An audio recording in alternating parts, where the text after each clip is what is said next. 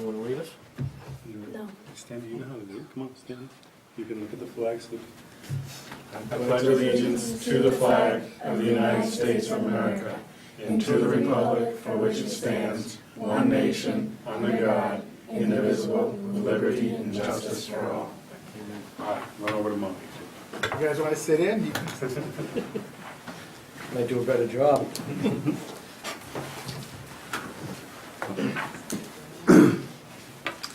Thank you, everybody, for attending tonight's planning board meeting. First on the agenda is Mr. Fontanella doing a housing production and school enrollment presentation. If you please. All right. What? I'm over here. So this is a presentation that we did at school committee and then I subsequently did for the Board of Selectmen. And I'm happy to be here tonight presenting it to you all. It came about from a discussion that we had at the kicking off the budget planning season. A question was asked about student enrollment growth and where we were at with that. And Keith Bergman had mentioned the fact that there was a study done by the Metropolitan Area Planning Council that showed that although Littleton's housing stock between 2010 and 2016 had grown by 11%, our student enrollment had only grown by 4%. So I decided it would be pretty interesting to take a better look at that study, and I did, and then put this presentation together. So it was done by the Metropolitan Area Planning Council. They surveyed all the communities that they serve, measuring the correlation, if there was any, between housing stock and student enrollment. In the late 20th century, when there were baby boomers were predominant and they were raising their kids, there was definitely a direct correlation between as housing stock grew, your student enrollment grew, and your school budget grew because there were more kids to educate. But over the last 15 years, that correlation hasn't really held up. The MAPC examined the housing permit enrollment trends across 234 public school districts over those 6 years, 2010 to 2016. You want to go to the next slide, Maren? You can see here that the general demographic trend is that there are fewer kids available to go to public school because the baby boomers have aged, their children are gone and out of the school districts, and parents today are having fewer, there are fewer parents than there were during the baby boom era, and they're having fewer kids than the baby boomers did. So, you know, across Massachusetts, there are just fewer kids available to go to public school. That's just an overlying demographic trend. I'm sure you guys are familiar with the projections that our over 50 population is going to grow a lot. Our under 18 population is going to go down, not just in Littleton, but across the board. Next slide. So what they did here is this shows enrollment change by district across Massachusetts. The red shows dramatic decreases greater than 20%. The dark blue or bluish is, you know, between 5 and 10%, or the dark blue is over 10%. And you can see that there is some red and some blue. But really what you see predominantly is brown and yellow, which is smaller changes between increases of, decreases of 5 to 19%, or the light yellow is really almost no change, in decrease of 5 to increase of 5. And that's where Littleton is. You know, we're in that range. We've gone up a little bit, 4%, but it's not dramatic. It's not a big swing up or down. If you go to the next slide. So, scroll down just a little bit. There you go, scatter plot. So this shows the correlation, or if there is any, between housing growth and student enrollment growth. The vertical bar is the school district enrollment, and the horizontal bar is the amount of housing unit change that's gone up between 2010 and 2016. And you can see in Littleton that we have had more housing growth than a lot of communities over that time period. But the student enrollment growth is not correlated with that. It's a much smaller growth than the housing growth. And you can see in other communities that, you know, they might have had no housing growth and a big change of enrollment, either up or down, or they might have had, you know, not a lot of housing change, they might have a lot of housing change, but not a big enrollment change.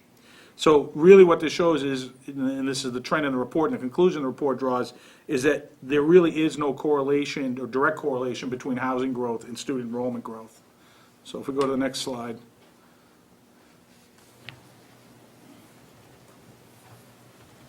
they, you know, in the write-up that they did in the report, they acknowledged that they couldn't find meaningful correlation, that school children occupying new housing units may cause a marginal change in enrollment, but it's a smaller factor around other factors that would conceivably change whether or not you have, you know, growing or decreasing student enrollment.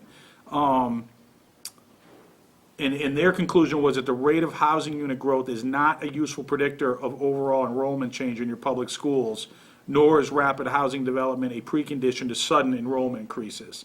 And a lot of that is borne out by the broad demographic trends, because there are just fewer kids available. And what really drives whether or not your school population is changing is things like parental preferences, housing availability, you know, do you have amenities in town? Are you close commuting to Boston or Waltham, wherever people are trying to go to work, are more likely to be predictors of, are people going to move in and are they going to have school-age children? So we'll go to the next slide.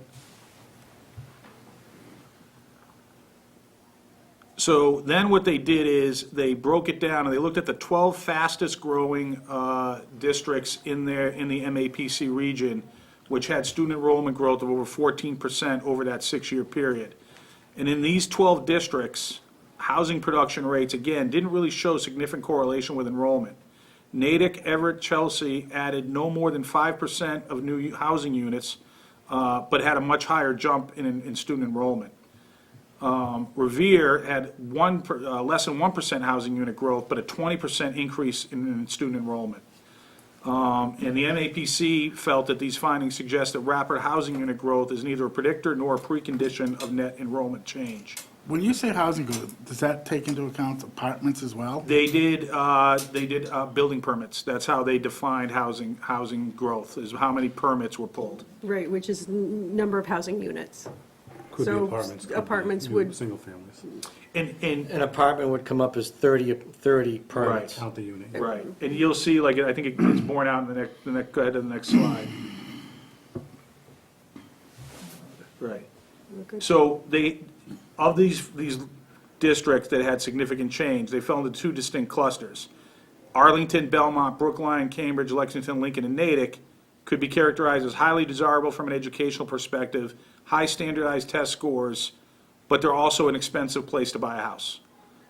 Their median home sale values were $815,000, almost twice as much as the regional median for other communities in the same region.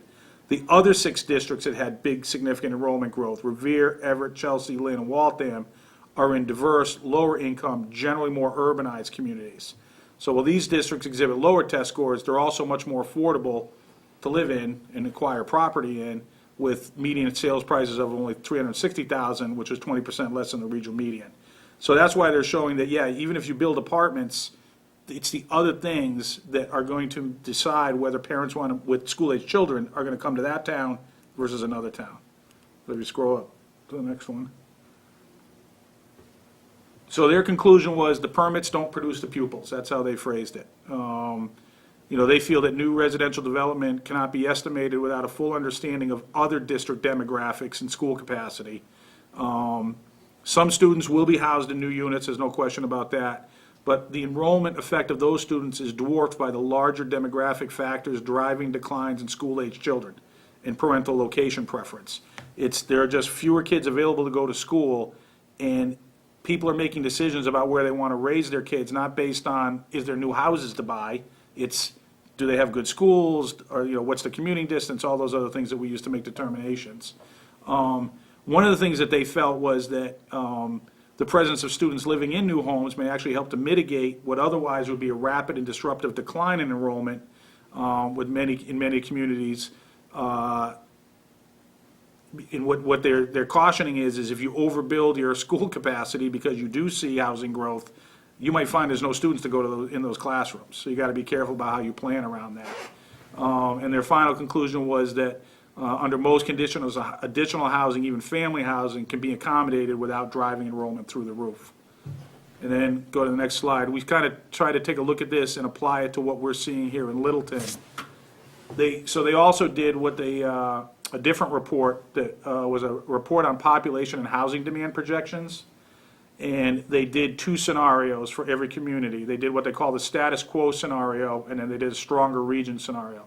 So in our status quo scenario, between 2010 and 2030, they're projecting, the MAPC, that Littleton's population change will go up by about 800 residents. But the number of 65 and older is going to go up by 1,800.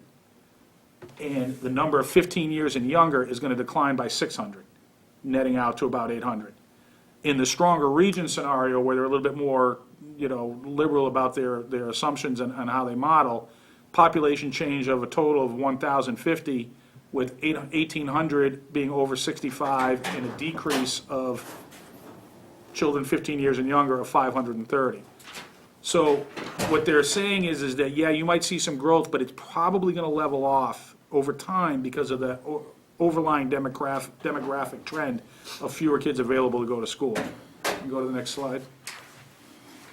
So this is just our housing and student population growth, or student growth by year in Littleton over the past 5 years. So 2013, we had 1,513 students. This year enrolled, we had 1,587. Those are Littleton students, not school choice. The school choice is the next column over. So our total enrollment back 5 years ago was just under 1,600, and now it's about it's about 1,670. So we've definitely seen some growth, there's no question about that. Is it because we have new houses being built? Yeah, of course, that's part of it. But I think it's really more along the lines of, we are a good public school district, people recognize that. We have commuting options here, we have amenities that are developing and growing. And that's really what we're seeing, why we're seeing some growth in this time frame. But again, keeping in mind that the overall demographic trends, we're probably not going to continue to see 2, 3, 4% a year going up, even with the housing development. Go ahead, Maren. Unless we just remain a more desirable place to raise kids and live than other communities. And that's what that's going to mean is, yes, we're going up at the expense of other communities. They're just going to go down faster because we may tend to be one of the places people want to go. Anybody that's interested, that wants to do a deeper dive, those are the URLs for the reports that the MAPC put together. Awesome. Well, that's a lot of great information that I think, one, I'm glad we got to hear. Anybody listening at home or in the audience, it was important information for everybody. So I appreciate you taking the time to present it and share it with us. We talk about it at school committee all the time. I mean, this is one of the things we're thinking about most closely, is because we are seeing growth in our student population. We are not over where we have been in the past in terms of particular classes. We have 140 students in our kindergarten class this year, which caught us a little bit by surprise. My son, who's now a sophomore in high school, was one of 140. So we've seen it before. Sometimes there's those pockets. Right. But the other classes are all at what we would expect, 120, 115, 110. The question that we're trying to answer for ourselves is that 140, the one time that it happened when my son was a sophomore, was clearly an aberration. It hasn't happened since. Now it's happened again. What year was that? He was born in 2002, so he went to school in 2007. Sounds about right.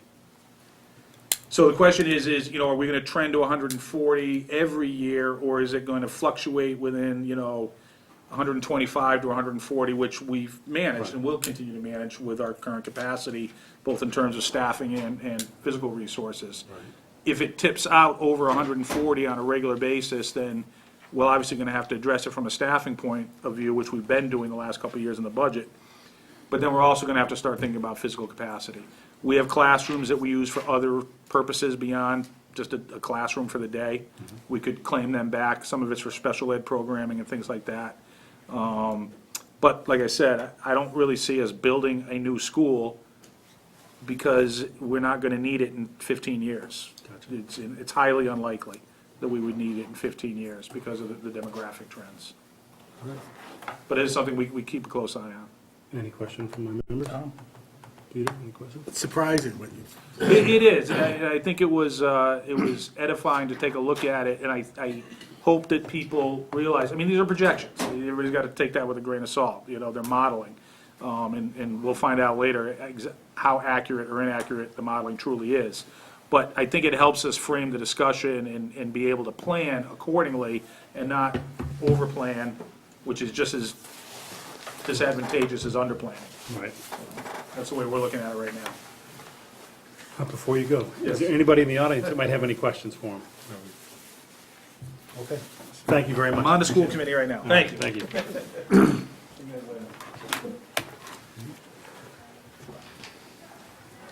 All right, that's some good information. Gentlemen, Richard, how was traffic tonight? actually it freed up on 495 when I got there. Yeah, One more reason to live in Littleton. Freeze up when you get here. it does, yes. You hit the Bermuda Triangle. It was good.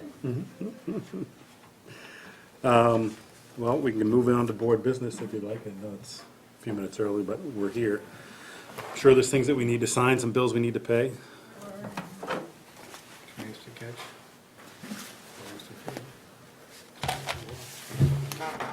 Would you like that information? Yeah, that was good. I'm surprised at Yeah. it. I think most people are when they hear it, and that's why I thought it was important for us to hear it. It's like the rabbit effect. Every 7 years, rabbits. Select a lot. I think it has to do with snowstorms, to be honest with Power outages, you. 2002, there must have been a lot of snowstorms. New York City. Natural 2002, actually, the reason all those kids were born was September 11th. Yeah? One.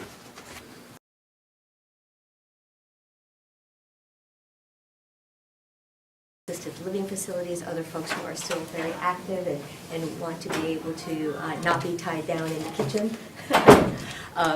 But I think it also lends itself to being able to provide potential builders some ideas about what people want, because we want to make sure that they're building for Littleton seniors in mind.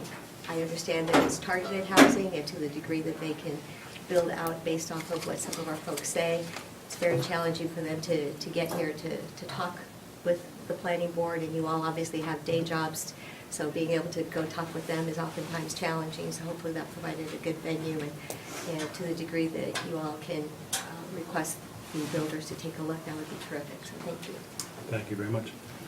Any other comments? Yeah. Eddie, Oh, one more. Kristen Warner, Cricket Lane. I know that one of the sites that is a possibility for the senior housing is the Jones Field, which is in my neighborhood. First of all, I think it's a great idea. Seniors definitely need affordable housing. I'm also familiar with the bylaw a little bit, not a lot, but I've read up enough to know that there's not, at the time, an age restriction unless there's one specifically put in.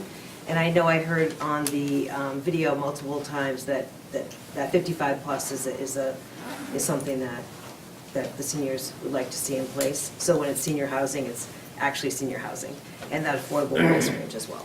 So I just want to put that out there. Thank you. Mary Hunt from Edsel Road. These were presented as senior developments, but are they actually senior or are they age targeted? Age targeted and age So restricted? we're not looking at any senior developments before us right Well, now. that's what they were, the projects that were presented So the last three that time. we have seen, they were all age targeted. None of them were Age proposing, targeted, none of them were okay. proposing an age restriction. Okay, thank Okay? you. Yeah, That's not to say we can't ask for it. go ahead. I do have a question. Can you just in regards state your name Oh, for the record? I'm sorry, Sharon Corbin, Lawrence Street. Yeah. I do have a question in regards to affordable housing. You know, affordable housing is not, some of us can't qualify for affordable housing. Mhm. So affordable housing is what we consider affordable, but not what you consider affordable. So a $500,000 house, which is what I'm gonna sell my 40-year-old house for, and then buy a 2-bedroom house with 1-car garage and very little land instead of my 1 acre of land, it's gonna be an even swap. And, you know, I'm entitled to a one-time capital gain, and I wanna use it, you know, it's, And we want you to. yeah. So I some of don't the want a ways, $500,000 house. I totally understand. And just so you know, for the record, it's not us that thinks $500,000 is affordable. It's what the market bears I as a number. If we could tell every developer that came in here, hey, it's gonna be a senior residential development, You can only sell them for 250. The issue becomes is that another investor comes in and buys them all and sells them for $500,000 anyway. So if we force one person into selling it at a certain price, that's why we went with the 10%, so that 10% of the units that's affordable gets sold at $187,000. And like you said, you may not qualify for Right. that benefit, but there are seniors who will. Some of the more dense housing developments that are proposed, one, they could be rentals, and they could be more affordable because you're gonna get less of a unit, less of a house. You know, in that way, we can, if we build a smaller unit, it could sell for $250,000 or $300,000. But again, that's gonna be presented to us. It's not something that we can. We can also talk about deed restrictions. Yeah, we can talk about deed restrictions. We can talk about age restricting them if we want them to. I'm under the opinion that age restriction isn't always the best case. There are scenarios where I think it would work, but I know that my father enjoys having his grandchildren around him all the time, and he would rather live in a house where his grandchildren lived and there were no other seniors because he just wants to play with the kids all the time. So there's a difference, you know, it all depends on what the people really want. There's something that I forgot, and I don't recall how we left it with, in the bylaw, is if they don't want to sell the house for 187, they can come to the table and give us The 180. inclusionary zoning, so then the Affordable Housing Trust Fund, Who gets the choice of whether they give the money or we get the house? we can negotiate those terms, but it's 19 units or less. So anybody proposing over 19 units has to give us an affordable unit. If they're under 19 units, they can pay in lieu of. I So, wasn't sure, I didn't remember the Yeah. cutoff. so, Are you working on developing that affordable housing fund committee? as soon as someone comes in with a proposal where we can ask them to contribute, we will be working on it. So. Any other Because comments or you questions? have a long criteria to develop for that. You know, like, are Littleton residents going to have first option? What's So gonna the be the state criteria? doesn't allow us to put Littleton residents first. On the first 10%. On the first 10%, thank you. And then after that, we can do preference selection. So it will come, it's just gonna take time. So we can, after the first 10%, we can be Littleton selective. So, Ed, one more comment. Sure, Richard, Yeah. thank you. One thing that wasn't brought up today, that's still, you know, that's on the radar screen, at least my radar screen, is that the town could buy land, and the town could contract out to have a developer build houses specifically the way we want them built.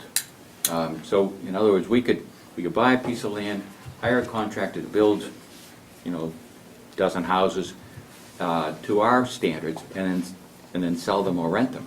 There's nothing stopping the town from doing that. And if we did it, then we could Control the occupancy. we could make it all for Littleton residents. We don't have to be as objective as we do with, Right. And I think, so with the inclusionary zoning bylaw, that money that would get paid into that fund would be a way for us to go forward with that suggestion. yeah, because it seems like in the past 10 years, we've had, I'd say half a dozen large lots be offered to the town that could have easily qualified for that type of project. Yeah, so we shouldn't, as we go forward, we should keep that on the radar screen and try to figure out how we can do that. I think one of the benefits to having a private developer build them, though, is we don't have to pay, they don't pay prevailing wage, where as a town, we pay prevailing Yeah. wage. So there's things to look at. Buy the land, we have them To sign a build lease, for us, sign a lease. and then Yeah. Sure. decide how it's gonna go. All right. Before I close, is any other comments, or can we move on to the next piece of board business? Yes, please. Alan McRae, would you just briefly expand on the comment about the preferential? You said the first 10%, would you? I'll have Mara speak to it. Yes. State law dictates the affordability requirements, capital A affordable. And if a development proposal has more than 10% affordable housing units, the first 10% has to go according to the state regulations. Any above that, the town has the option of adding a local preference for 40% of that next 10%. So there's a mechanism to give preference for some local choice. It's not huge, but there is some portion of it that can have. So if you do 30, then 3 or 10%, so the first 3 or 10 are preferential to Littleton, correct? Not the first three, The no. first three aren't, anything over that would. Yeah, anything a over 40% portion, of that. right, a portion. 40% of anything over the three Yeah. would be. I don't like that. I think most of us were under the impression that the state law would make all affordable housing available to everybody, that there was no portion of which we could use for preference for Littleton, Yeah. but apparently there is. That's the way it's been done for a little while now. Now, whether or not there's a change at the state level coming, I don't care to try to project. But thank you. Yeah. All right, great question. Is it a lottery? Yes. It is. 7:05, board business, an A&R for Manchester Drive. We have it before us, it was in once before. It was withdrawn and it's back before us tonight. We've gotten some determination and an email from building commissioner. Is there anybody here to speak on this before we take Mr. it? Chairman, Joe Cataldo, my attorney, Michael Bonifant. Thank you. Good evening.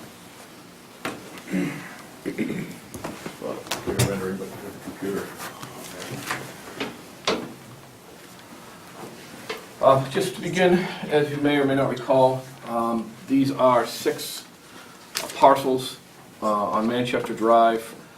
We are seeking to combine into 2 parcels. One is conforming, one is non-conforming. Based on the criteria of the A&R, criteria for the approval of an A&R plan, the property is on a public way. For certification in that package that I've presented to you. They meet the minimum frontage. One is 300 feet, the other one has 150 feet. This is in residence zoned. And the third prong is Manchester Drive a vital, that can handle vital access, police cars and people get to this property there. I think we've shown all 3 prongs of the requirement.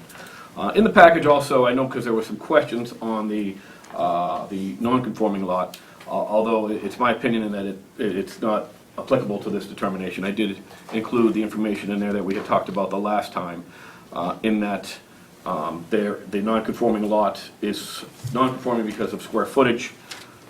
There's at least one of those parcels is considered a grandfather parcel, not subject to zoning. And our plan is to obtain a building permit on that parcel included with the other non-conforming parcels put together. Again, my opinion that the conformity or the non-conformity does not need to be determined at this point. Well, it does, because those are the old SMAD back lots. And the law on the old SMAD back lots are, if you had 5 lots in common ownership before zoning came in, then you were grandfathered. You're combining them, and you're combining them at less than 40,000 square feet. The second lot, the first, parcel B, no problem at all. Parcel A, you're less than 40,000 square feet. When you originally came in, we had talked to you about separating just those 5 lots. Yeah. Now, after looking at this, there's another problem with that plan. The piece in the upper corner used to be part of those 5 lots. It's been cut out prior to this plan coming before us. So those 5 lots were not in their natural condition before zoning came in. That piece in the corner is missing now. This piece here? Yeah, that piece there. These lots all went straight through. That piece is missing, and it's somebody's septic system. I don't see how that's so relevant though, sir. I Those think 5 the lots- relevant part to the planning board for the A&R is, does it have frontage? Is Manchester Drive a viable way? It doesn't have enough square footage. Well, again, I don't think that, we're not asking for the planning board's opinion on that. We are. We're the planning board. It's an A&R lot. It has to have 40,000 square feet, and it has to have frontage of 150 feet or... I disagree, sir. There's case law out there that says that the zoning consideration for the planning board is frontage. not square footage. So, Mark, you can't be correct, can't be making up your own rules. I'm not making up my own so before rules. we get into this, Shelley's here tonight she's our new zoning enforcement officer, give me your title, please. Assistant. Assistant zoning officer. I'm gonna ask that she speak on this subject, so she can inform us for the town's opinion. Roland did send a letter that I believe it's U1421 has been determined to be grandfathered as a buildable lot. And then the two parcels that are created, as far as for your criteria, don't have to be shown to be buildable lots. They just have to meet your criteria as an A&R. After the A&R is signed, he can add to that U1421 as long as he does not make a conforming lot less conforming. So he can take land away or add to it as long as he doesn't make something else less conforming. But But that's the- a zoning issue. It's But the not- 5 SMAD-back lots, That's misinformation, the 5 SNAP lots. in order for it to be, and Roland has made the determination. of you've how- done 100 of them all over this town, and The 5 lots does not apply. It's 50 feet of frontage and 5,000 square feet. but you can't touch the lots, they have to be left in common ownership before zoning, correct? That's the determining factor. You can't take 5 of the old lots, combine them all There's together. nothing, the 5 lots does not apply. Yes, it 50 does. feet of frontage and The 5 5,000 SMAD-back square lots feet. have to be in common ownership of one person prior to 1951. That's It's not all, Roland's determination. So we've got, so. wait a second, no, I'm not. Let him finish and then I'll come to you. okay? You've had all these small lots that have come before us, and they all go before Roland, and Roland determines whether or not he gets a legal opinion, whether or not they were in common ownership prior to He 1951. has that opinion, it's right. But that lot there has been cut off. Piece of the front, piece of it is missing. So how can it be left in common ownership prior to? U1421 has not been cut off. It's. Yes, it is. The That's top of it, the lot top in of the those lower 5 right lots, corner. the top of those 5 lots in the corner have been sold to somebody else a long time ago that has a septic permit on it. Those lots aren't at issue. The lot that they're talking about. Those- That is grandfathered. How can it be in common ownership if they're missing? It had to be A&R, a piece of it had to be sold off to somebody, so it's not the way the lot was done, but prior to 1951. That's my point. So we can sign this, we can give you your A&Rs, but I'm gonna ask for a vote that it's not a buildable lot, that's the issue. So I don't want to, so moving forward, Richard, I want to give you an opportunity to speak. You did, please. Because once we start taking these SMAD-back lots, and there's still thousands of them, and start combining them together and almost get to 30,000 or 20,000, everyone's gonna be coming before us for all these old lots. The lot to the left, I can't see the numbers, but the lot to the left is a conforming lot, because it's over 40,000 square feet. I'm not worried about that one, I'm good with that one. Parcel Parcel B. A, B is fine, B is 40,000. Parcel A, he's not contending that to be a buildable lot right now. U1421, which is in the lower right-hand corner, is what has been determined to be grandfathered. Parcel B, No, not parcel B, Sorry. U1421. This corner right yeah, here. these 4. This right here is a grand. 1, 2, 3, 4, 5. These 5 lots used to go up to that other road. Somebody cut them off, so they're not in their natural state as they were before 1951.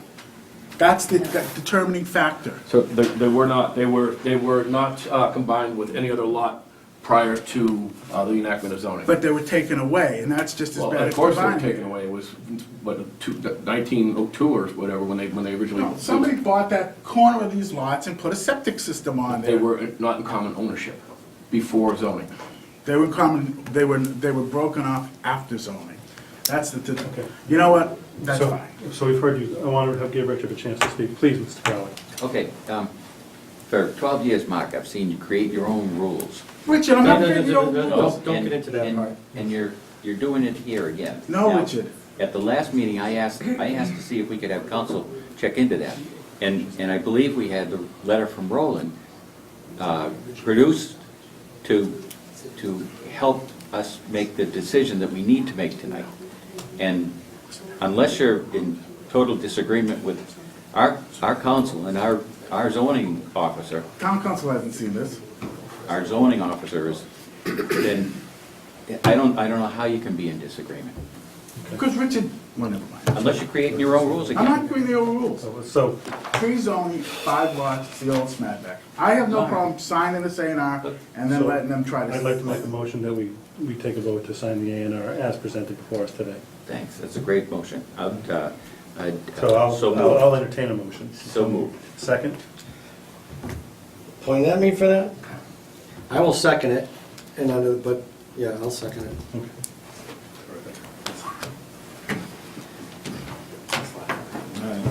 What does that mean? I guess you guys are signing it. All in favor? Aye. That's what I thought we were waiting for. I'm gonna say aye. Aye. Those opposed? Because, again, the determination which he's gonna ask town council to make at some point, if it meets everything that Roland has determined, then. Let town council decide. Town council. Spacing away from the lot before 1951. that. Roland Roland? has been doing zoning for the last 20 years. Maren, just this one, or you want to sign it? If you wouldn't mind a couple of On paper zoning, copies. it's the town council is. And I trust them.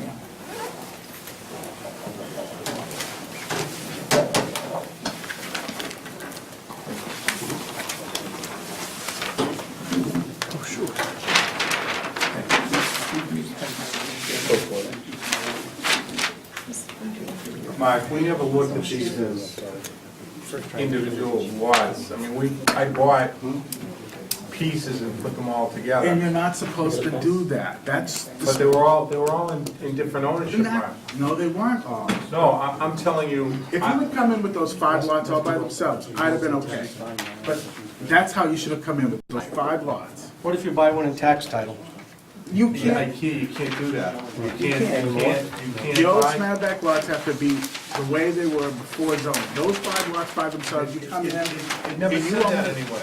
Yes, it does. Well, we didn't find it. You can't combine them. So let me, Wait a minute, we took the vote. Gentlemen, thank you for your time, I appreciate it. You can't do that.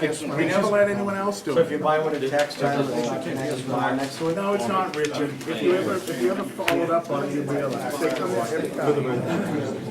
What is the tax, if that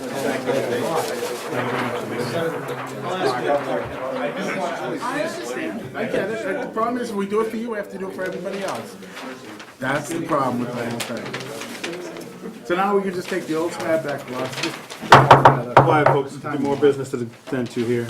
710 Bruce Street, Lori Lane, A&R.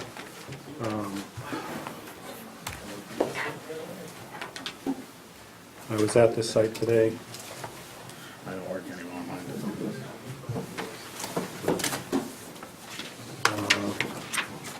Bruce Street, do we have anybody here before us? So- Sorry. Joe was better in my ear. For the record, state your name. Sean Keenan, I own 44 Bruce Street. Okay. Here seeking A&R for 3 lots. How many acres do I you have have here? 8.12 acres. I'm splitting it up into 2 40,000 square foot lots, one of which has the existing house on it, which is gonna remain. And the other one is for my father, who is 68, and I'm gonna build him a ranch on it. It's gonna be off of Lorry Lane. One floor, One floor one ranch. kitchen, 2 bedrooms, walk-in shower? I just heard all that, and it meets all that criteria. Does he have a And wife? Even though I'm a builder in town, it's still gonna cost me about $475,000 to build it for him, so. It's not easy to build ranches, they cost me money.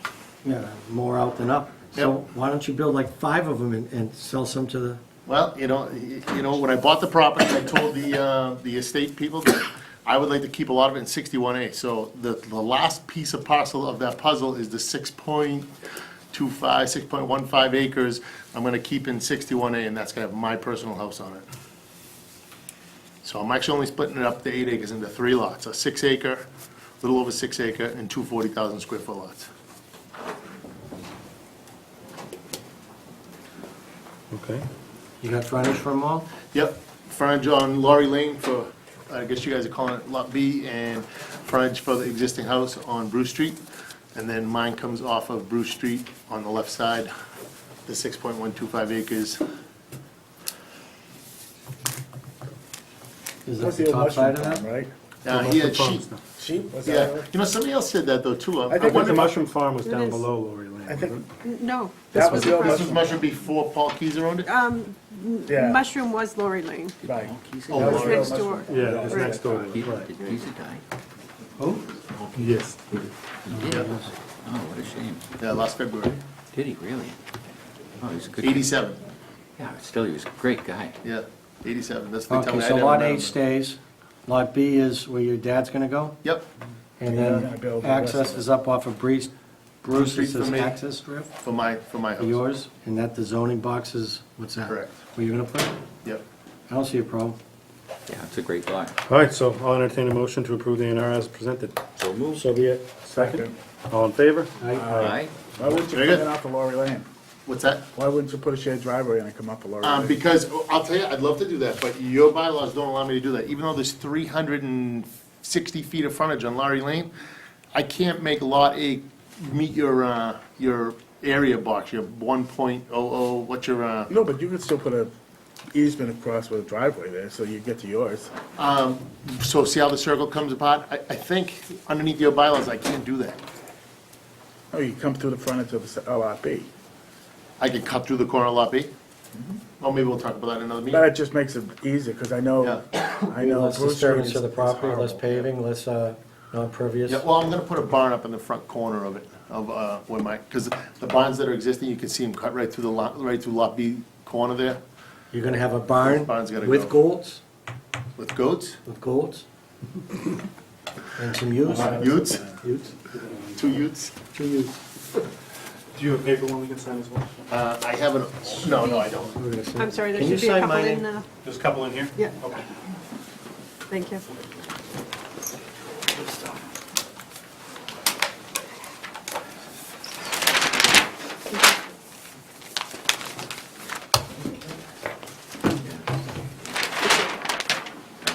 I'm happy to let you drive. What about me, Richard? Okay, You're going to be signing in front of us. great, thank you. Yeah, because this one actually works. Just because it doesn't fit into the, Yeah, I'm not trying to cram a bunch of, we have planning bylaws and we have. Doesn't have an HDMI? bylaws. No, Richard, if you ever listen, you'd have learned in the 12 years that you were here, but you never did. I'm gonna save this and just email it to you, Lynn. thank you very much. Thank you. Mr. King, good to see you. I Thank you. condensed it. Hey, how you doing? How's it going?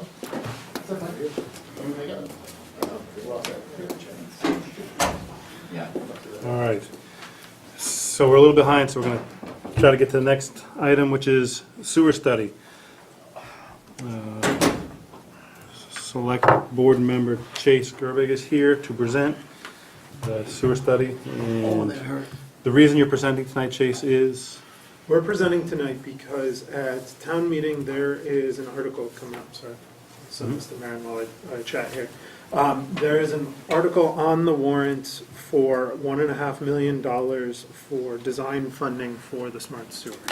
And we've presented to your board once, possibly twice, I think, on where we are. I want to give you a very quick update, and then what we're asking is for the planning board to consider supporting that article at town meeting, that $1.5 million worth of design funding, principally because, well, for a lot of reasons.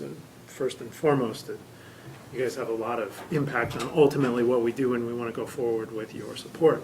But also, it's a borrowing article that will require 2/3 support to pass, and so that makes your support that much more important to articulate to the public so that they know that as many people as possible are on board with this plan.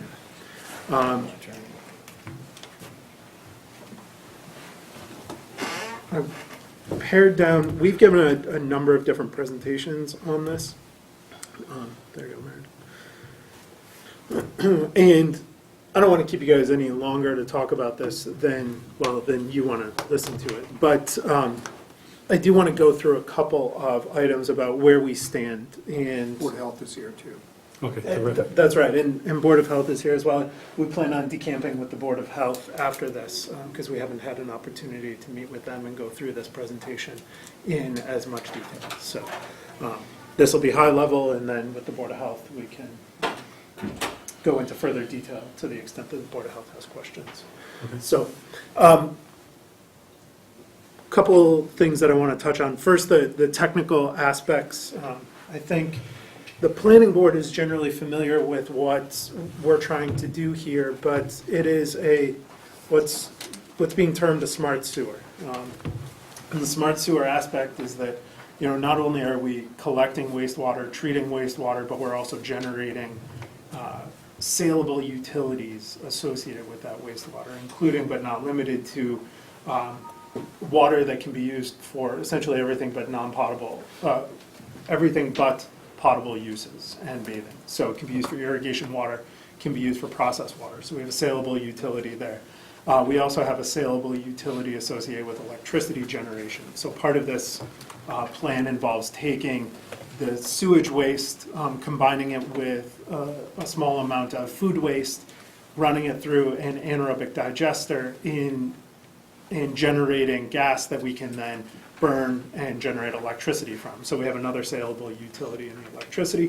Furthermore, with this anaerobic digester, we can also have a revenue stream coming in associated with receiving that food waste. So essentially what this allows us to do is take what is typically a loser financially for towns, which is sewer, and present the best economic scenario that we can using the best technology that's currently available. And ultimately, all of those utility costs are incorporated because it drives down the cost for the user. I mean, that ultimately, when you get down to this, everybody loves the idea of a sewer until we start talking about dollars, right? And frankly, most folks that we've spoken with don't really care how you get rid of the waste. They care how much is it going to cost, and does it make sense for the town financially. And so this Good system points. addresses both of those. What was that? Both good points. Yeah, no, they're very good points. I'm going to touch on those. So, Marion, if you can move to the next slide. So what we've done, and I think we've presented this to the planning board, this is largely for the Board of Health's benefit. We've looked at using the feasibility study money that the town has allocated, about $400,000 over 2 town meetings, 2 and 3 town meetings ago. We've done a couple things. First is we've looked at groundwater discharge locations. So the system involves both a place to treat the waste and a place to put the water back into the ground.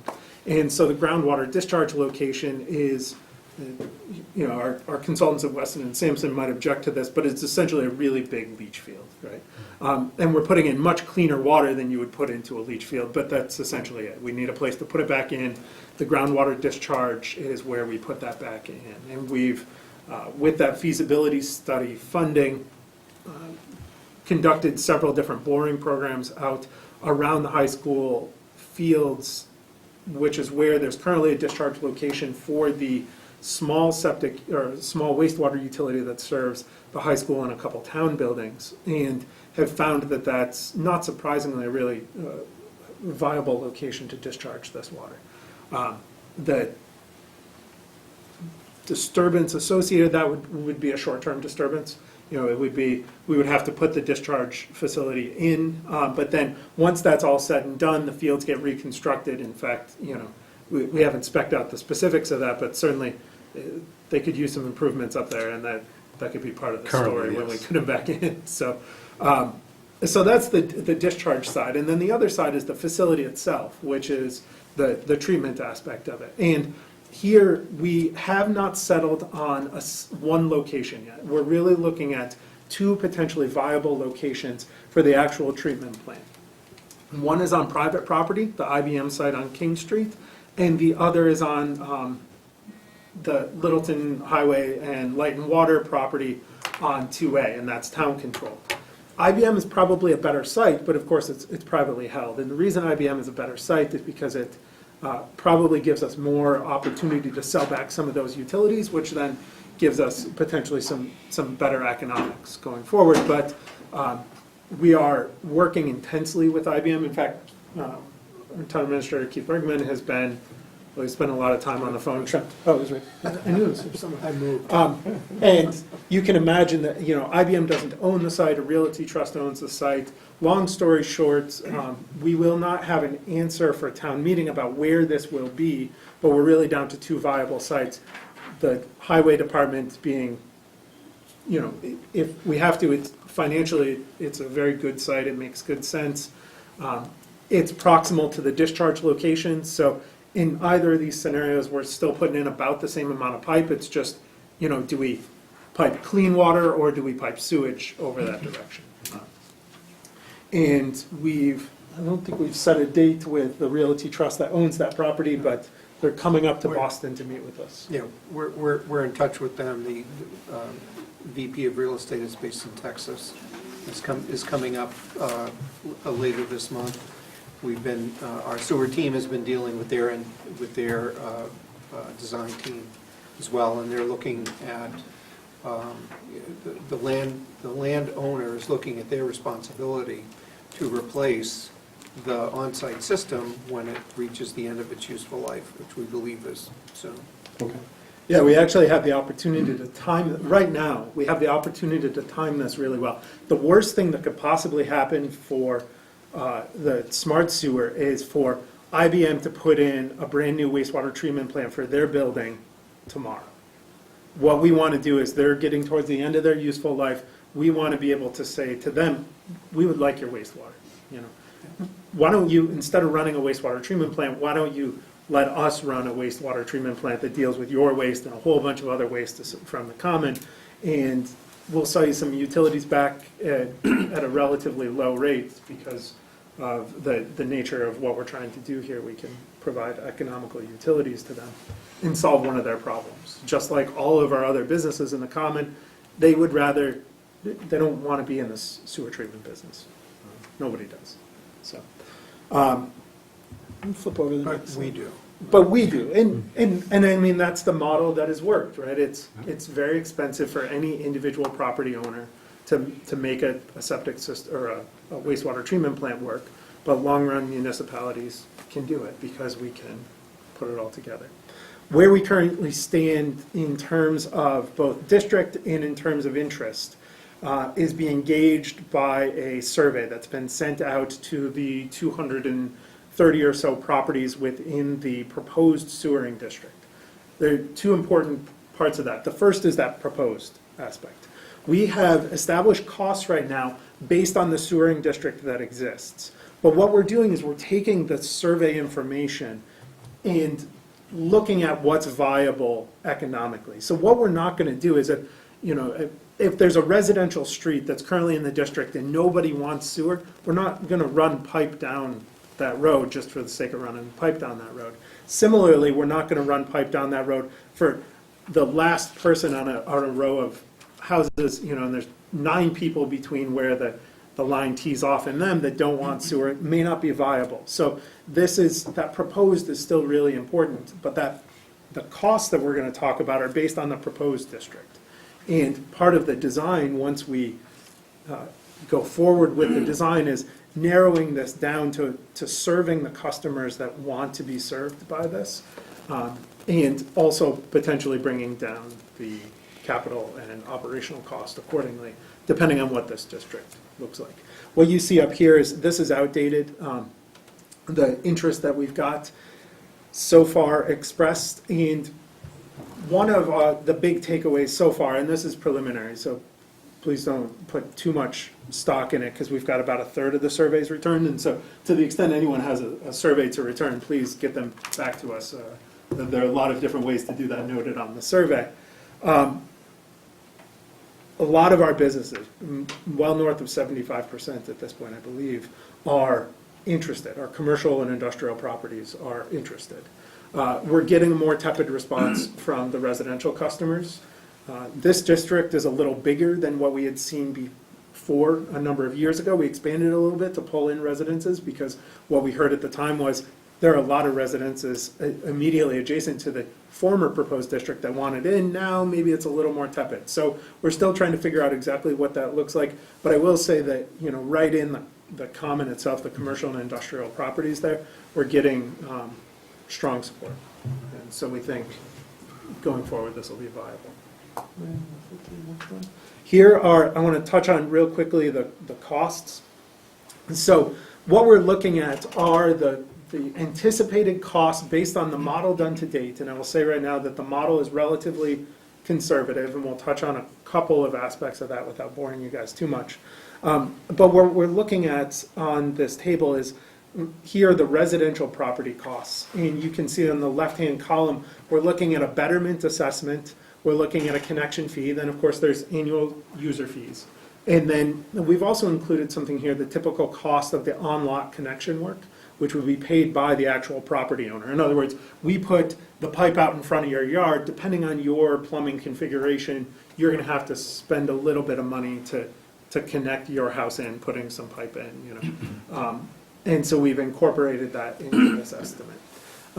Across the top, we've got, right here, two different scenarios. One is a single-family residential property, which is equal to one EDU, and an EDU is an equivalent dwelling unit. Think of it as your conventional three-bedroom, single-family home. So here, we're looking at one EDU is 330 gallons per day, right? 110 gallons per bedroom. It's typical Title V flow rates. And what we see here is that the betterment and plus the typical cost of physical on-lot work, we're well under $30,000 for those typical costs. And if you look at the cost of putting in a septic, I mean, somebody told me I could replace my septic for $30,000, I would probably kiss them. I mean, they get expensive. So we're looking at typical. And that's something also that ultimately fails in its life anyway. It doesn't have an infinite life. And that's one of our challenges, right, is helping folks understand that they may only pay $500 a year right now to have their septic tank pumped, but all septic systems have a certain finite lifespan.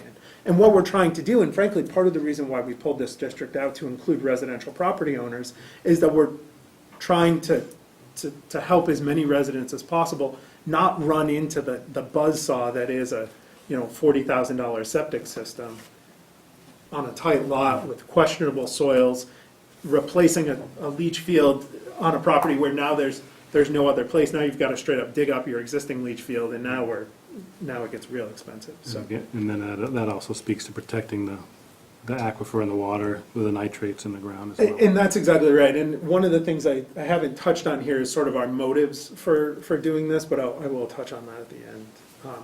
And then we're looking at, a connection fee of $1,500 for one EDU. And then the annual user charges, and this question has come up a lot, so I want to make sure to address it. The user charges are based on the amount of wastewater that people generate. Now, in the classic residential scenario, there's only one meter, and that meter is the amount of water coming into your property, and you pay your septic fee based on that. But for anyone, including residential or commercial property owners, there's the option of metering the septic going out, particularly if you're at the point, right, and you use a certain amount of water to irrigate landscaped areas, while the water coming in isn't the water coming out. So all of the annual user charges will be based on the amount of septic that you ultimately generate. So these are estimates based on typical scenarios. Okay. Flip to the next one. So this is looking at those same costs and those same categories for what's a 2 EDU equivalent for a commercial property and a 4 EDU equivalent. There are very few properties in the district that exceed 4 EDUs. The two whales being IBM and The Point, both of whom we've talked about how IBM were engaging intensely. And Sam Park at The Point has expressed a great deal of interest in this. The timing isn't quite right for him, right? He just put in, when he built it, a wastewater treatment plant. But I will say that he's got a lot of interest going forward because he would like to connect to this. This is way better for him. It's way better for his tenants, just like it's better for a lot of the businesses around there. But he's not going to mothball currently good operating equipment. He may come online in 10 to 15 years, actually, which provides a nice influx of cash for the system at 10 to 15 years.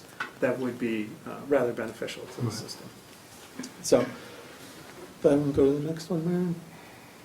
So, project funding. So I told you that our economic analysis and the costs that we presented to you were relatively conservative. One of the big places that they're conservative is that we incorporated within that estimate $4 million worth of grant assistance from, principally from the state. But you can see here, we've got a whole bunch of potential funding sources. And one of the things that we've been engaging our legislative representatives in very intensely is pursuing a line item in the state budget to help fund this. And they're very receptive to that. In fact, they were at our last Board of Selectmen meeting, that it was our single biggest priority presented to them. And they've committed to working with us to try and find additional funding sources, because any amount of state funding that we can bring in offsets those capital costs, brings down those betterment fees, and makes this even more economically viable. The costs are also predicated on a 2% state revolving fund loan, which is a low interest loan. Although it is worth noting that the town is borrowing at just a skosh over 2% even without the state's assistance right now. So what was the last bond? Due to our bond rating? Due to our bond rating and sound financial practices. Compliments to the town.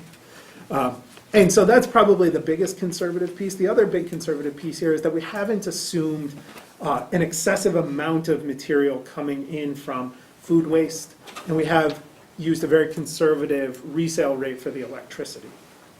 And all of those additional sources of income offset the costs of the operating costs for the user. And so this is relatively conservative. We've tried to put together a number that we feel like we can commit to as far as putting this in front of town meeting and prospective purchasers. So I think this is the last one, right? So overall, based on the district as it exists, we're looking at a total project cost of around $36 million. But that's a total project cost. So I want to describe how that gets laid out. And also what's really important here is who's paying for that. And so how this money gets doled out. What we're looking for at town meeting and what we're looking for the planning board support on is $1.5 million article associated with the design, which is part of that planning, design, land, and legal cost up top there. And what we need to do is go forward through part of the design. We've gone through a feasibility study, but that's not enough design that we can put a cost estimate together for town meeting to ask for the full design funding. You know, you can see here the contingency is $6.7 million on this. You know, we're talking about big numbers with a certain amount of uncertainty built into that 36 million. What we would like to do is be able to come to town meeting and ask for the whole design or the whole construction funding when we have a tighter design, and we're not at that point yet. But we do need additional funding to go forward from the feasibility study where we've looked at it and said it makes sense to actually a point where we can say to the town residents, here's what the cost is going to be with more precision. The other part here is that bullet on the bottom, cost mitigation will include phasing of construction, is a really important point. That is that what we're not proposing to do, and one of the advantages of a smart sewer is that we don't have to build the whole damn thing at once. We don't have to build it, you know, Field of Dream style and hope that they come, right? What we plan on doing is building one phase of it, which will probably be about $25 million. And then down the line, and right now I think our cost model has got it 4 years down the line, building a second phase. But that second phase of 10 million, if the users don't materialize for that, then we don't build that phase, right? So we're trying to build this and plan this in a way that is as risk-free to the town as possible. Now, the other really important point with the costs is who's going to pay these costs. The entirety of the sewer will be funded by the users. The users include the residences in the common, and they include the commercial and industrial properties within the common district, sewer district, however that ends up being put together. the money that we are currently asking the town to borrow, the $1.5 million, will be rolled into, presuming it goes forward and the whole project goes forward, will be rolled into this total sum that the users are ultimately paying for. Furthermore, the feasibility study money that has already been set aside, and a portion of it has already been expended to do the feasibility study, will be going into this total that the users will ultimately spend. So ultimately, the taxpayer outside of the district is not on the hook for this. It's focused towards the district. Yes, sir. Hold on, are you done with your presentation? I think so. And then, Okay, and then the schedule. So what we're touching on, what we're looking at here is $1.5 million for the borrowing article, May 2018. We're looking at preliminary design cost estimating going forward through 2018, and then the fall town meeting, we hope to be in a position to ask for construction funds. Now, I must have forgotten the slide because it apparently lied to you. So one of the reasons we're looking to do this is twofold. One is the economic development aspect. A lot of the properties in the common are fundamentally limited by their septic. And in fact, we had a meeting with the Littleton Business Association a couple nights ago, and one of the not property owners, but he rents property in the common, he's spending north of $1,500 a month to deal with pumping out his septic system. So when I said to him, if you're a 4 EDU property, you could be spending on the order of a few $1,000s a year. It's like, where do I sign up? And his business is fundamentally limited by the septic capacity that he has. And he's incurring remarkable costs to try and manage that, to the point where he's seriously questioning whether this property is the right place for him to continue operating that business. So there's the economic development side, and that's part of why the Master Plan Implementation Committee has voted to support this, because they're looking at it from, the revitalization of the common aspect. And to steal Mike Zeldin's language, in order to revitalize above ground, we've got to look at revitalizing below ground first. But then the other aspect of it is the environmental aspect of it. And the environmental aspect really comes in two different forms. One is, we're putting a whole bunch of wastewater into the ground in the common, and that's having certain significant water quality effects. Now, there are places in the Commonwealth that the DEP has come in and mandated sewering. No one has said that to us yet, but we have seen data where there have been short-term excursions of groundwater quality parameters above state standards. So, the nitrates idea is a real one. It's not something that's necessarily going to happen tomorrow, but paired with some of the economic development implications, it's a compelling argument to go forward. And then the other aspect of it is we take all of our water from, our well fields primarily north of 495. We discharge almost all of our water south of 495, and balancing those aquifers is important. And, we see the water quality impacts at the Long Lake area, because we're used to the idea that sometimes during the summer you've got to close Long Lake. Well, that is a fundamental manifestation of the impact of septage on surface water bodies. Beaver Brook runs right through the common. You're looking at the same potential issues there. It's just that we don't swim in Beaver Brook, but that doesn't make it any less significant from an environmental standpoint. The other aspect of the environmental issues here is that sort of the green energy, sustainability aspects going forward. What we're looking at here is waste to energy on a local scale, which really gives us a great deal of flexibility in terms of long-term planning, but it also allows us to offset a lot of carbon emissions and deal with some of the environmental implications associated, more broad environmental implications associated with that wastewater. So with that, I will shut up. I don't think I quite kept it to 15 minutes, but I want first of pretty all, close. thank you for taking the time to give us this presentation. I think it's important for everybody here to hear what you had to say. I certainly want to get comments from my board, but first of all, the most important part you said to this board, I think, is fundamental to planning, because if this does occur and we are able to get it done, we can actually do some real planning in the downtown area. Again, that's why I'm on here. I'm not here to sign A&Rs. It's no fun. The real thing is to do the planning for our town. So on that note, Richard. Oh, good. Now, Chase, I don't know if I heard you mention anything about the reason why the town and only the town can do this. Now, in the last round of sewering, I was on a sewer study committee, and there was one person that said, well, why doesn't a private organization do this instead of the town? Well, they can't, because only the town can run pipes under the road. Only the town can connect these lots. If you wanted to establish a private organization, they wouldn't be able to do that. So only the town can connect all those lots. So I think that's a very important point to mention. And the other thing is, Mike Kimball had a 40B. I don't know if you actually considered that 40B that's out there that might come alive at some point.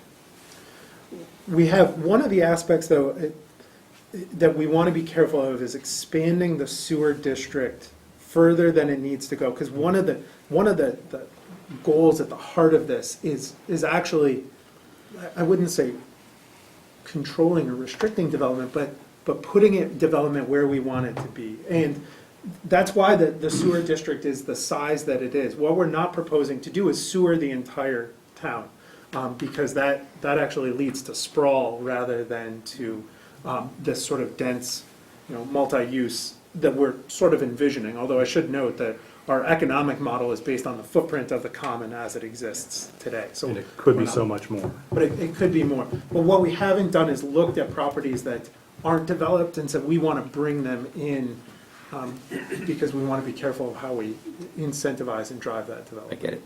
I get it. You went through and said the end user is going to be the responsibility of it, and I think the downtown area needs it to be great for the town and everything else. But in reality, you have only 1/3 of your things coming back, right? Right now, yeah. 1/3, you're making decisions on how much each one of these places are going to cost per each unit, conservatively. And isn't the town the end user in many instances where the town will be the greatest end user? The town will not be the greatest end user. They'll probably be number 3. Who's But- number 1 and 2? IBM should be number 1. They're going to use more than what the high school, the middle school, the other school, and the town hall here. That's my recollection, that they actually use more. But All right, so there's one. Your point is valid either way, though. I mean, if they're not number 3, they're number 2. If they're not number 3, they're number. The town is a significant user because of Which all the means that public the- buildings, but we're currently all tied into the wastewater treatment facility at the high school, which has which will reach the end of its useful life at some point in the future. And whether it's, so we'd have the responsibility to pay for that replacement there, and we're proposing is that the municipal properties that were mentioned would be hooked up to a sewer for Littleton Common if we built it.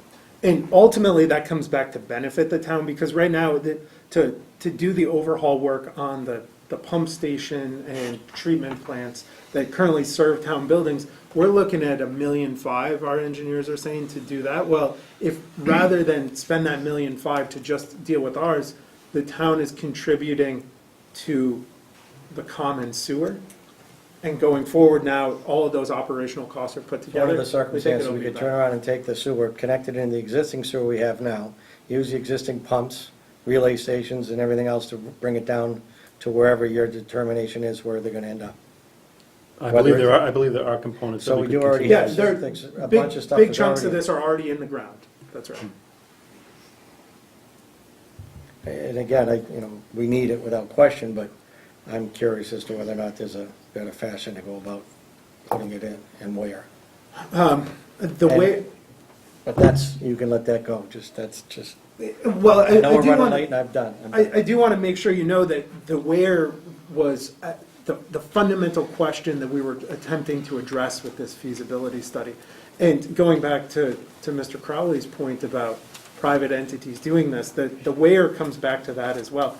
There are just a finite number of places that this could be done, particularly with a discharge location as suitable as the high schools. So ultimately, the where we went through a bunch of combinations and permutations, and this setup presents the most effective costs.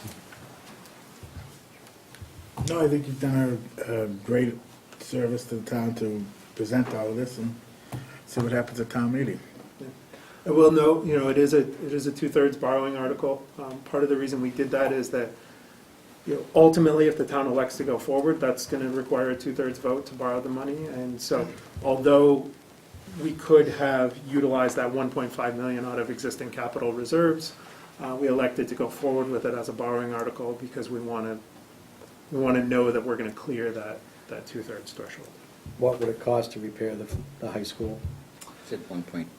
1.5. Yeah, this, And how long did the existing system work down there? about as long as it was expected to go. So the typical lifetime of a system like that before you start to incur major costs is about 20 years. So if we put $1.5 million back into the high school system, it would be good for another 20. But we wouldn't revitalize downtown. Well, I understand that, I just asked a question. that discounts the fact, though, or doesn't acknowledge the fact that the town also spends a certain amount of money every year keeping that up and maintaining that system. So it's not like you can just throw down the money today. There's also We'll be doing the staff same and thing with the labor. new system. Yeah. So it's, So before I open it up to public comment, I know the Board of Health is here, and I'd love to hear from any of those members if they'd like to speak on it, or if they, I know that we're going to take a vote, hopefully unanimously to support the, why'd you look at me? So, but is there any Board of Health member that would like to speak on this? Why don't you have I think we also plan on decamping with the Board of Health to go through this in more detail. Mike from the master plan implementation, might So- as well yeah, we'll include get- him right now. So we'll get to him too as well, but No, I was just gonna say, Lisa Flanagan, Board of Health, we're meeting after this with, Okay. so we can- All right, terrific. We have the chair of the Master Plan Implementation Committee. Any comment from you on this? You're going to hear from me in connection with the update. Okay, terrific. Any public comment on this? I'd take any. Hearing none, let's make a motion, or can I get a motion to support this? I would certainly endorse that motion, or, Make a motion to support the voting for the $1.5 million to do a feasibility study. The planning board endorsed that. The planning board endorses it, second? I'll second that. All those in favor? Aye. Right. So, It's not feasibility. You're really close. It's the design, not the feasibility. it's the design, right? The You're right. design All right, article at town Design. meeting. The details matter, right? Chase, you did a great job. Here it is. I misspoke on the $1.5 million, by the way. Hopefully it doesn't change your vote. We're looking at $1 million to replace the high school system, and the current operating costs are north of $100,000 a year. Yeah. Too late, you already voted. Thank So you. you can go back on what you say in public and take back something you voted on? You can do that? Wouldn't be the first time. Thank you. I'm just curious to see if there's a precedence being set here. Chase, thank you very much. Thank you. Thank you very much. Good work, by the way. Where are we going? 205? All right. Mr. Zeldin is here from the Master Plan Implementation Committee to talk about a consultant selection. We're good. Just give him a minute to clear out. Of course it will. Let me know when you're ready.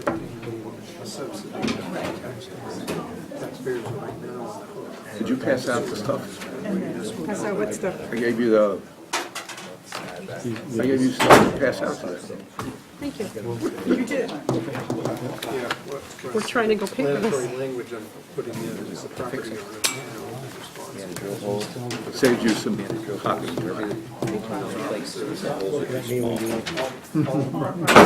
I got eyes in the back of my head. Oh, that was hilarious.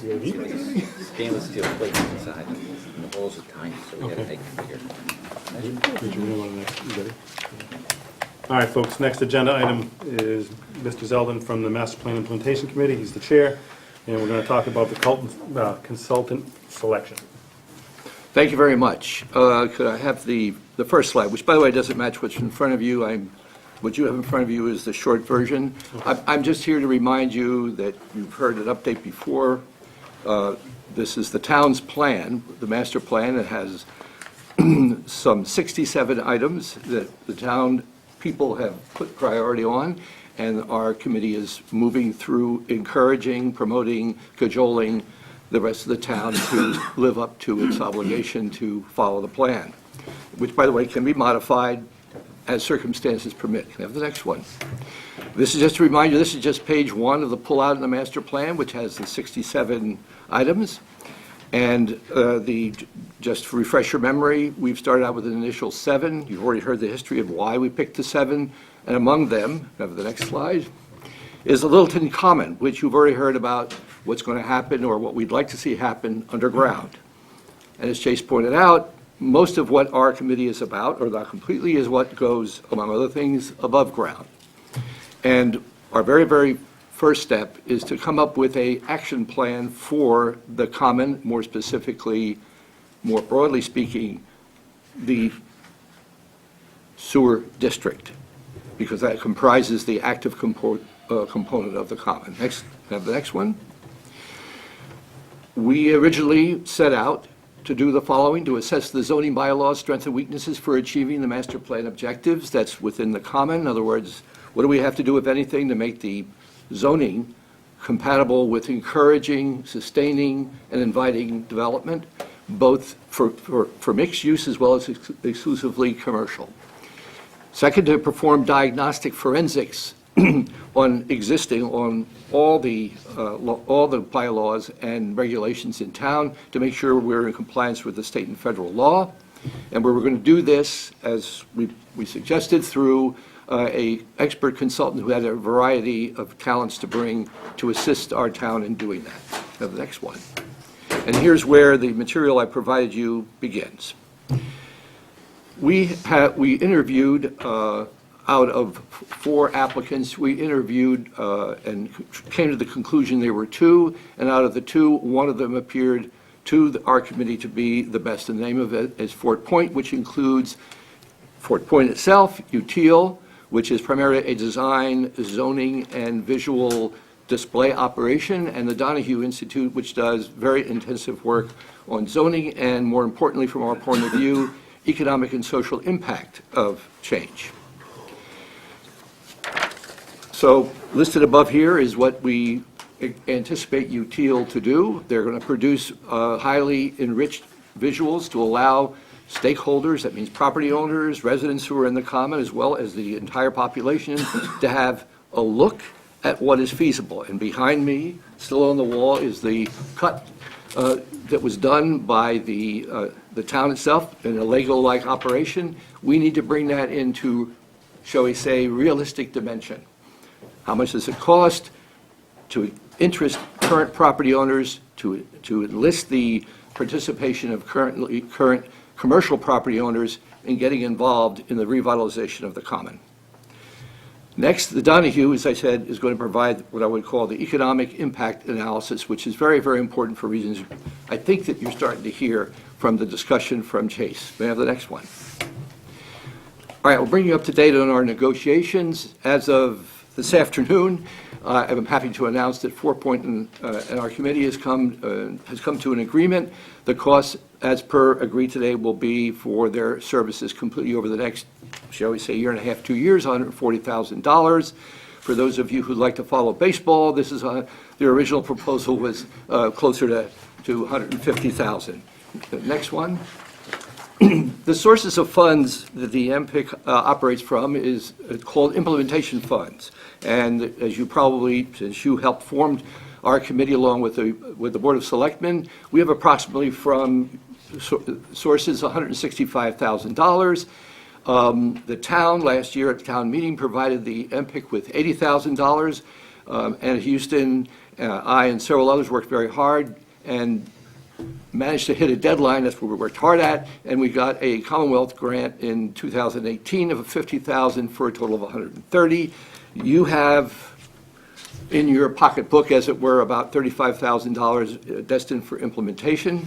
May I have the next slide? The request for funds is, I'm looking for a request here tonight in this update for $10,000 to bring the total funds available for the contract to $140,000. And to hold $25,000 in reserve and for administrative support that Maren and her assistant provide us. And gentlemen, ladies and gentlemen, that's basically my update. I'll be happy to answer questions. Nothing, I've been living this dream, so I'm You've good. been attending the. Oh, I must say, I want to thank you for appointing Mark to our committee. He's been a very significant contributor to our work. Thank you. Does the We 10 really hours appreciate that- Maren, does that come out of this 25,000, 10 hours a week that you put to this? Yes. That comes out of this? Not out of our budgetary? Not out of the department budget. The 5 hours a week for me and 10 hours for Janet comes out of the 25. So, Mike, if I understand you Please. correctly, it looks like you're looking at the entire town zoning code. Just for forensics, we're just finding out whether or not they are within compliance with federal and state. We will probably have the assistance, although the consultant will be involved in this. It will be town council and Maren, both of whom have already, shall we say, spotted them. So this will probably not be too onerous. Okay. You think, will there be, or is there on your radar screen, an attempt to look at the town zoning overall to see if there can be improved to, or updated to, 2020? The funding and the focus, it's very important that we stay focused on the common. Okay. The mission creep is the enemy of these kinds of activities. Okay. Okay, I just can't, I'm sorry if this seems harsh, but already, just to give you encouragement, though, if you looked at the 67-plus things, top on the list is near the railroad depot. There are other sites in town, and I can assure you, each time we hit them, the zoning issue will arise on its own merits, and that becomes the mission. Well, that's encouraging, because at least we're taking a step in the right direction. Yeah, but the only thing I want to add very briefly, so there's some appreciation of what we're technically breaking, somewhat new ground for Littleton on this, although I'd like really to be more in a shovel form rather than an analytic form, is that when you do an economic impact study, you're not just doing a trend about what is the gain that you get or what is the likelihood of, shall we say, enrichment of the economic situation in the common. There'll also be automatically what happens if you don't. Remember, every option presents itself with the, I'm not going to do the sewering, I'm not going to build this, I'm not going to do this utility, I'm not going to do something. There's a cost associated with that.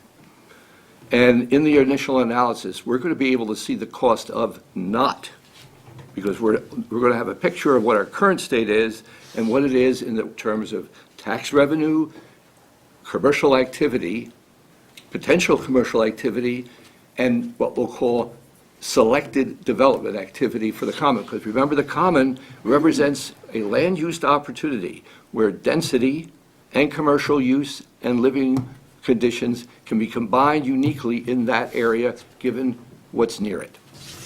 Now, when we were reviewing the Littleton Common and creating the VC zone for that section, years ago, there was, we had discussed rezoning the common and looking at all the properties there, because they're all most of them are non-compliant to our current zoning, because they're all predate zoning, and creating a special zone that would bring 90% of them into compliance. Is that one of the directions you? Well, I believe there's an overlay district already on top of what's there.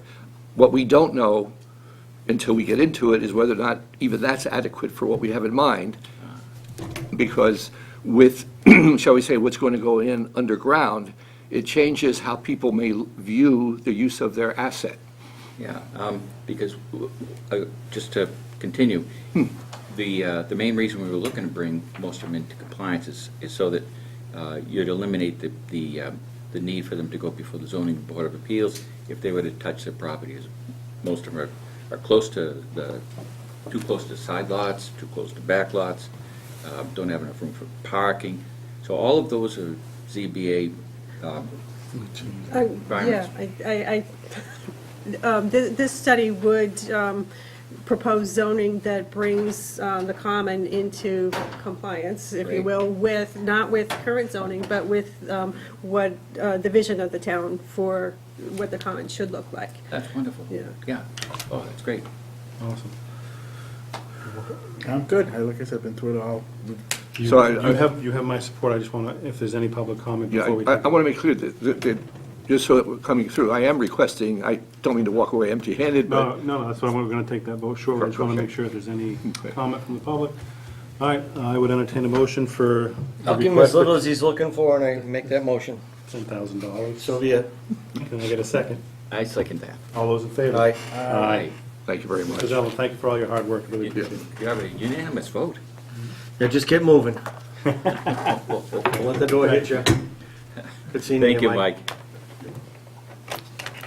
Great Never worked so presentation. hard for 10 grand in your life, have you? Great presentation. 7:40. The Point, sign updates. Here we go. And who do we have before us tonight? Hi there, Tim Power, Land Strategies. How are you? Sorry we interrupted your orange. That's okay. I would have waited. You guys are moving so quick now. You caught that pretty well. Thank you. It's a good throw. So as Maren brings up a few of those visuals somewhere. Okay. Yep. Just a quick recap where we left off. We came in with a sort of an overhauled sign package, and we sort of left it as we would revisit that at a future date, and in the meantime, look at some signage on a case-by-case basis. So Vital? we have, So Vital is a good place to start. So we have two tenants. One is So Vital, and the other is Melt Fit. Both are a boutique fitness use. So Vital, as you see it on the image there, the So Vital piece is actually compliant and up and installed today.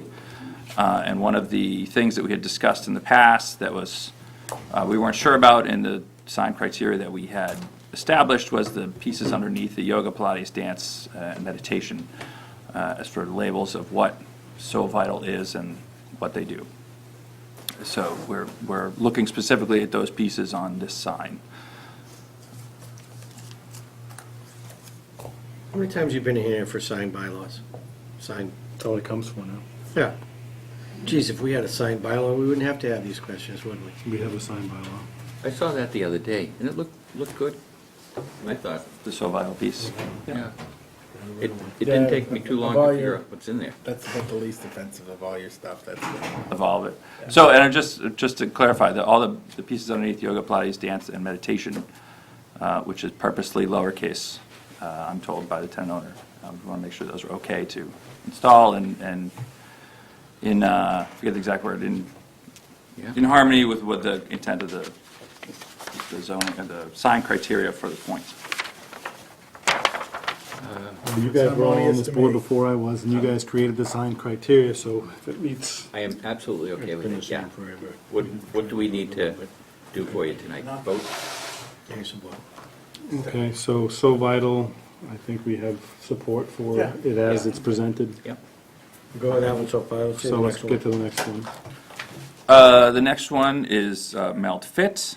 They have a logo for their brand that they have. So I believe the picture on the right, where the M is part of Melt Fit, is actually compliant as is, and the sign can go up. It's really the one over their entrance with the large M. There's some language about logos being larger than the texts. We do have some precedent for this in other places, if it looks okay. And so this is what they're hoping to get the large M as their logo and brand identity above their door. There's currently a temporary banner up. I'm not sure if you've driven by to see this one at all, with this exact logo. It is a little smaller than this would be in the final product.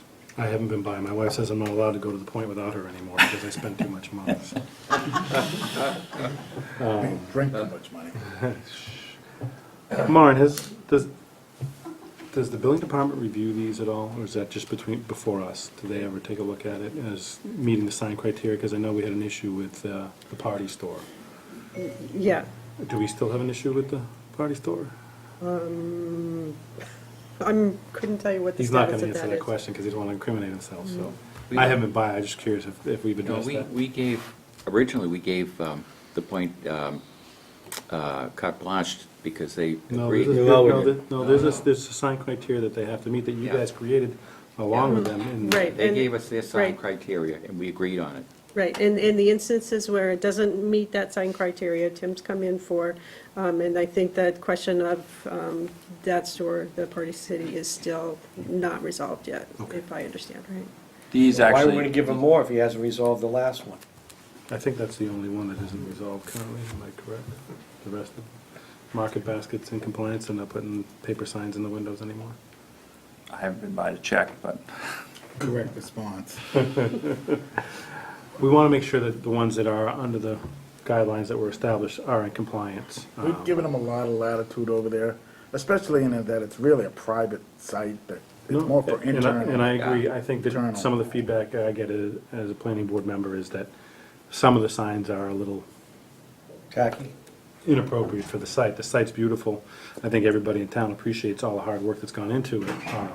But then they come back, hey, little things, and so if we can just try to get a handle on the ones that are getting outside the box, back in the box, I think what you have before us tonight is fine to sign off on, if you guys would agree. I think it's absolutely Is the fine. color Yeah. gonna be the same, or is that just, that color is not a moving color. That's what you see there is what you get. And they're halo lit as well, so the light's from behind. It doesn't Yeah. glow through the plastic. The letter is opaque, and at night there's the halo lit glow behind the letter. So you see the light on the wall more. Seeing the light on the wall more than the.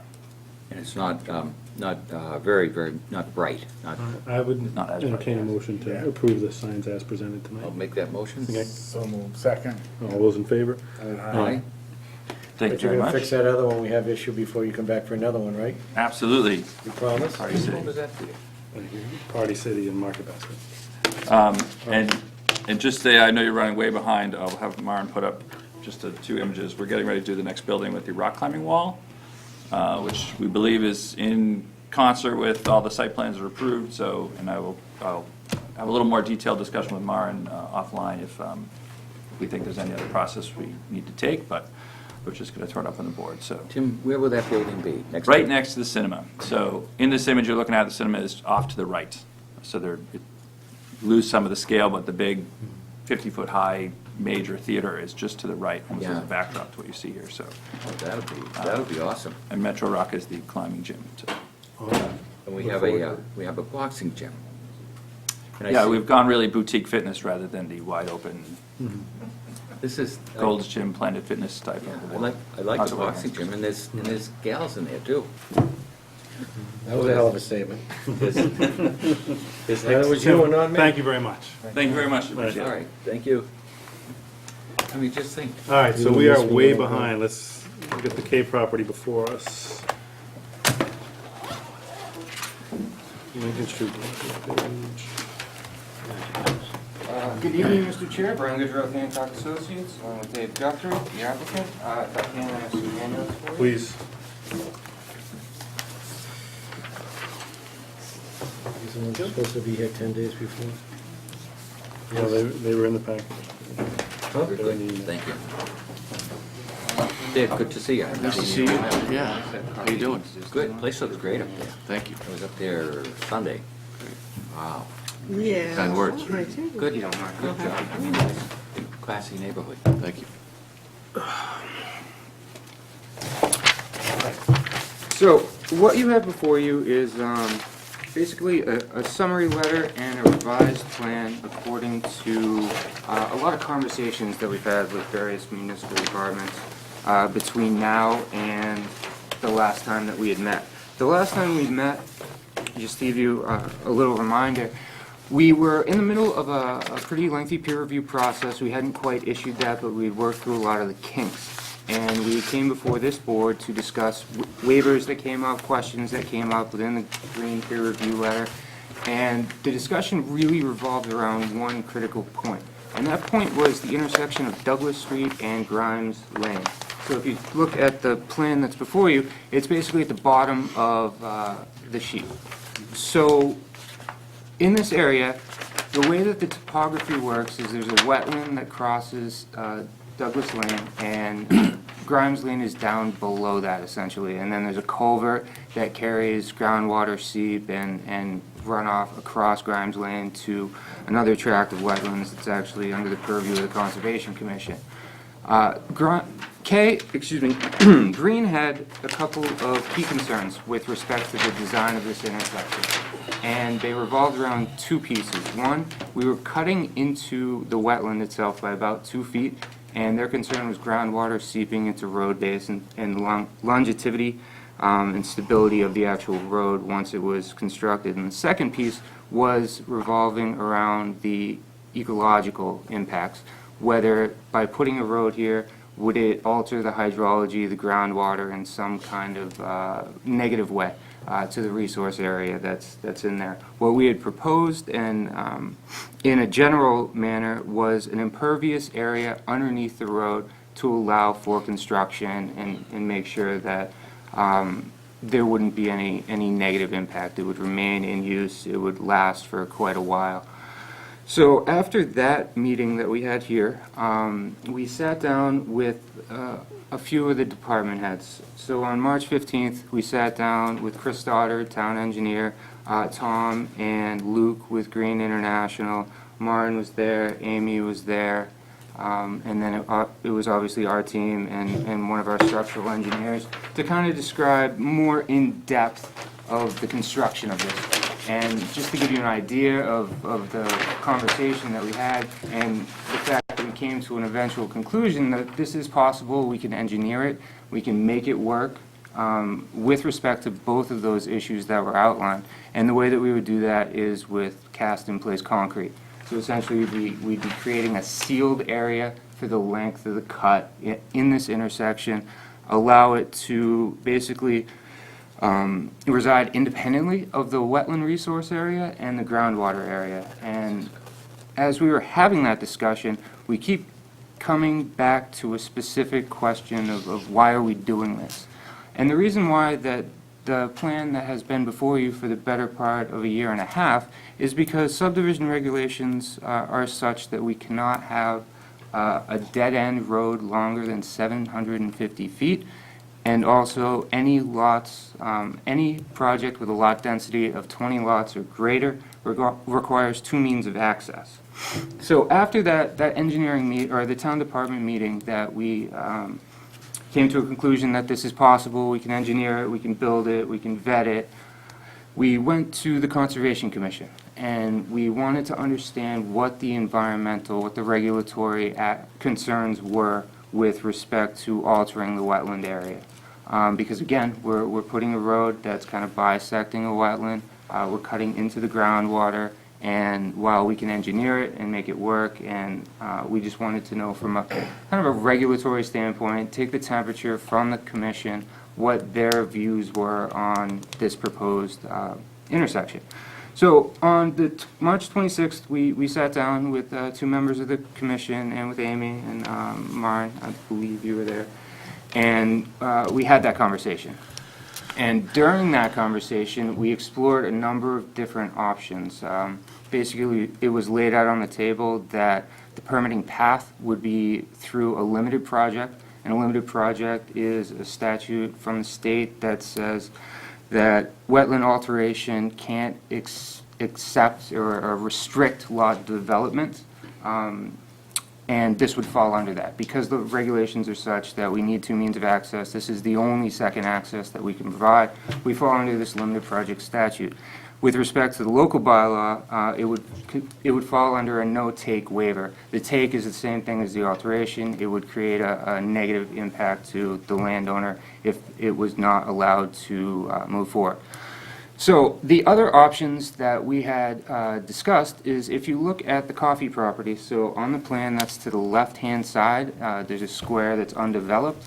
We looked at relocating the intersection to the left of the coffee property, and it's important to note that that would go into Durkee open space, that's open space D. But what it would eliminate is it would eliminate the actual wetland alteration. And the only benefit from a conservation and ecological standpoint would be that we're now only in the 50-foot local no disturb buffer. So there's a local buffer in the town of Littleton wetland bylaw that does not allow any work within 50 feet. We would still fall within that. From a state standpoint, we would really no longer be a limited project because we're not altering wetlands, but we would be falling under a local no-take waiver, essentially, from the local bylaw. And then, again, the question came up, well, why are we going down this route? What if you were to lose that connection altogether and then put in a cul-de-sac and limit the amount of work that you're doing within this wetland resource area? And Maren, if you could open the next rendering. So what we did is we went back to the drawing board to kind of understand implications of losing this intersection at Grimes Road in its entirety. And that's the plan that was submitted before you. So our goal tonight is to kind of understand and discuss concerns that the planning board would have with respect to the 750-foot no dead end and the two means of access for lots over 20. Now, to explain the design of this, we essentially pulled back the intersection of Douglas and Grimes and eliminated it and put in a cul-de-sac. Now, when we did that, we actually lost a lot. So we went from a density of 23 lots down to a density of 22 lots. And if you look at the two segmented green areas, we have 3 lots over on Fur Lane, and we now have 19 lots proposed on Douglas and Cypress. So by reducing that 1 lot and going down to a 22 lot density and creating this cul-de-sac, we have now essentially eliminated our wetland alterations. We no longer touch a 50-foot no disturb, and we no longer alter actual wetland resource areas. And based on the conversation that we had with Conservation Commission while we're still doing work within the buffer, I think that this is something that we can evolve, you know, in a simplistic manner to not fundamentally change this plan that is before you. Now, to go back to the two subdivision regulations that we would be seeking waivers on, it's important to understand where this kind of means of access is and what it actually restricts. So if I may, right here, this is Fraser Street, this is Spruce Street and this is Fraser Street. These are both constructed roads right now, and this is yet to be built. The point where it restricts access to one mean is right here. And the way that it does that is anywhere that you go throughout this proposed development, you still have to funnel through this one point. With respect to the other kind of regulations, this section of road's about 400 feet, this section's about 400 feet, this is about 250 feet, and you got about 300. If you look at the 750 feet from a single point of access, it gets you to about here. We permitted 5 lots on the end of Spruce Street, less than 750, totally unaffected. But if we have to take into account 750 feet to a dead end, it's going to put us to about right here. So, why were these two regulations actually put into place? A lot of the subdivision regulations revolve around mass highway development practice and guidelines. Those guidelines are silent on these two matters. So why are they there? We had a meeting after the conservation meeting with Deputy Chief Clancy, the fire department, to understand what his concerns would be to only have this one point of access. If there was an emergency within the proposed development and he had to get there, what does it mean to him, and would he feel comfortable allowing this sort of thing? And our discussion essentially went back to fire code. What does fire code dictate? Now, NFPA, National Fire Protection Association, developed guidelines. It's chapter 1141, and within those guidelines, they speak very, very specifically to access and dead-end streets. So when you get into those guidelines and you look at what their access requirements are, for 0 to 100 homes, you only need 1 point of access. So nationwide, National Fire Code says 1 to 100 homes, you only need one point of access. I feel like that's 100. Nope, it's Okay. specific to NFPA, and we'll get with Tom Clancy, excuse me, Deputy Chief Clancy on that. The second piece of this is with respect to dead-end roads. And what the dead-end roads for the National Fire Code say is if you have a road that ends at 300 feet, you have to have a turnaround. So we have cul-de-sacs over 300 feet on all of these dead-end spurs. On a dead end that's 1,200 feet or greater, there's no limit to how many feet, but 1,200 feet or greater, you need intermediate turnarounds. So every 1,200 feet, the apparatus has to have a way to maneuver and turn around. So what we've done with this configuration is we're respecting all of those codes. We have that in place. We've done a swept path analysis for Deputy Chief Clancy, which is taking the Town of Littleton Fire Department apparatus, the largest one, we put it into auto turn and basically made all of these maneuvers work. So by doing that, we showed Deputy Chief Clancy that he could get his apparatus around and effectively comply with all of the codes. And based on our meeting with him, we feel that there are no fire department concerns with this specific design. And we're in the process after tonight, depending on the direction that the board wishes us to go, to take that further and make sure that there's no other outstanding issues and, request for him to get us a letter stating such, essentially. He did email earlier in the week that alluded to that, and we just have a little bit more iterations on it. So, if I may. Yep.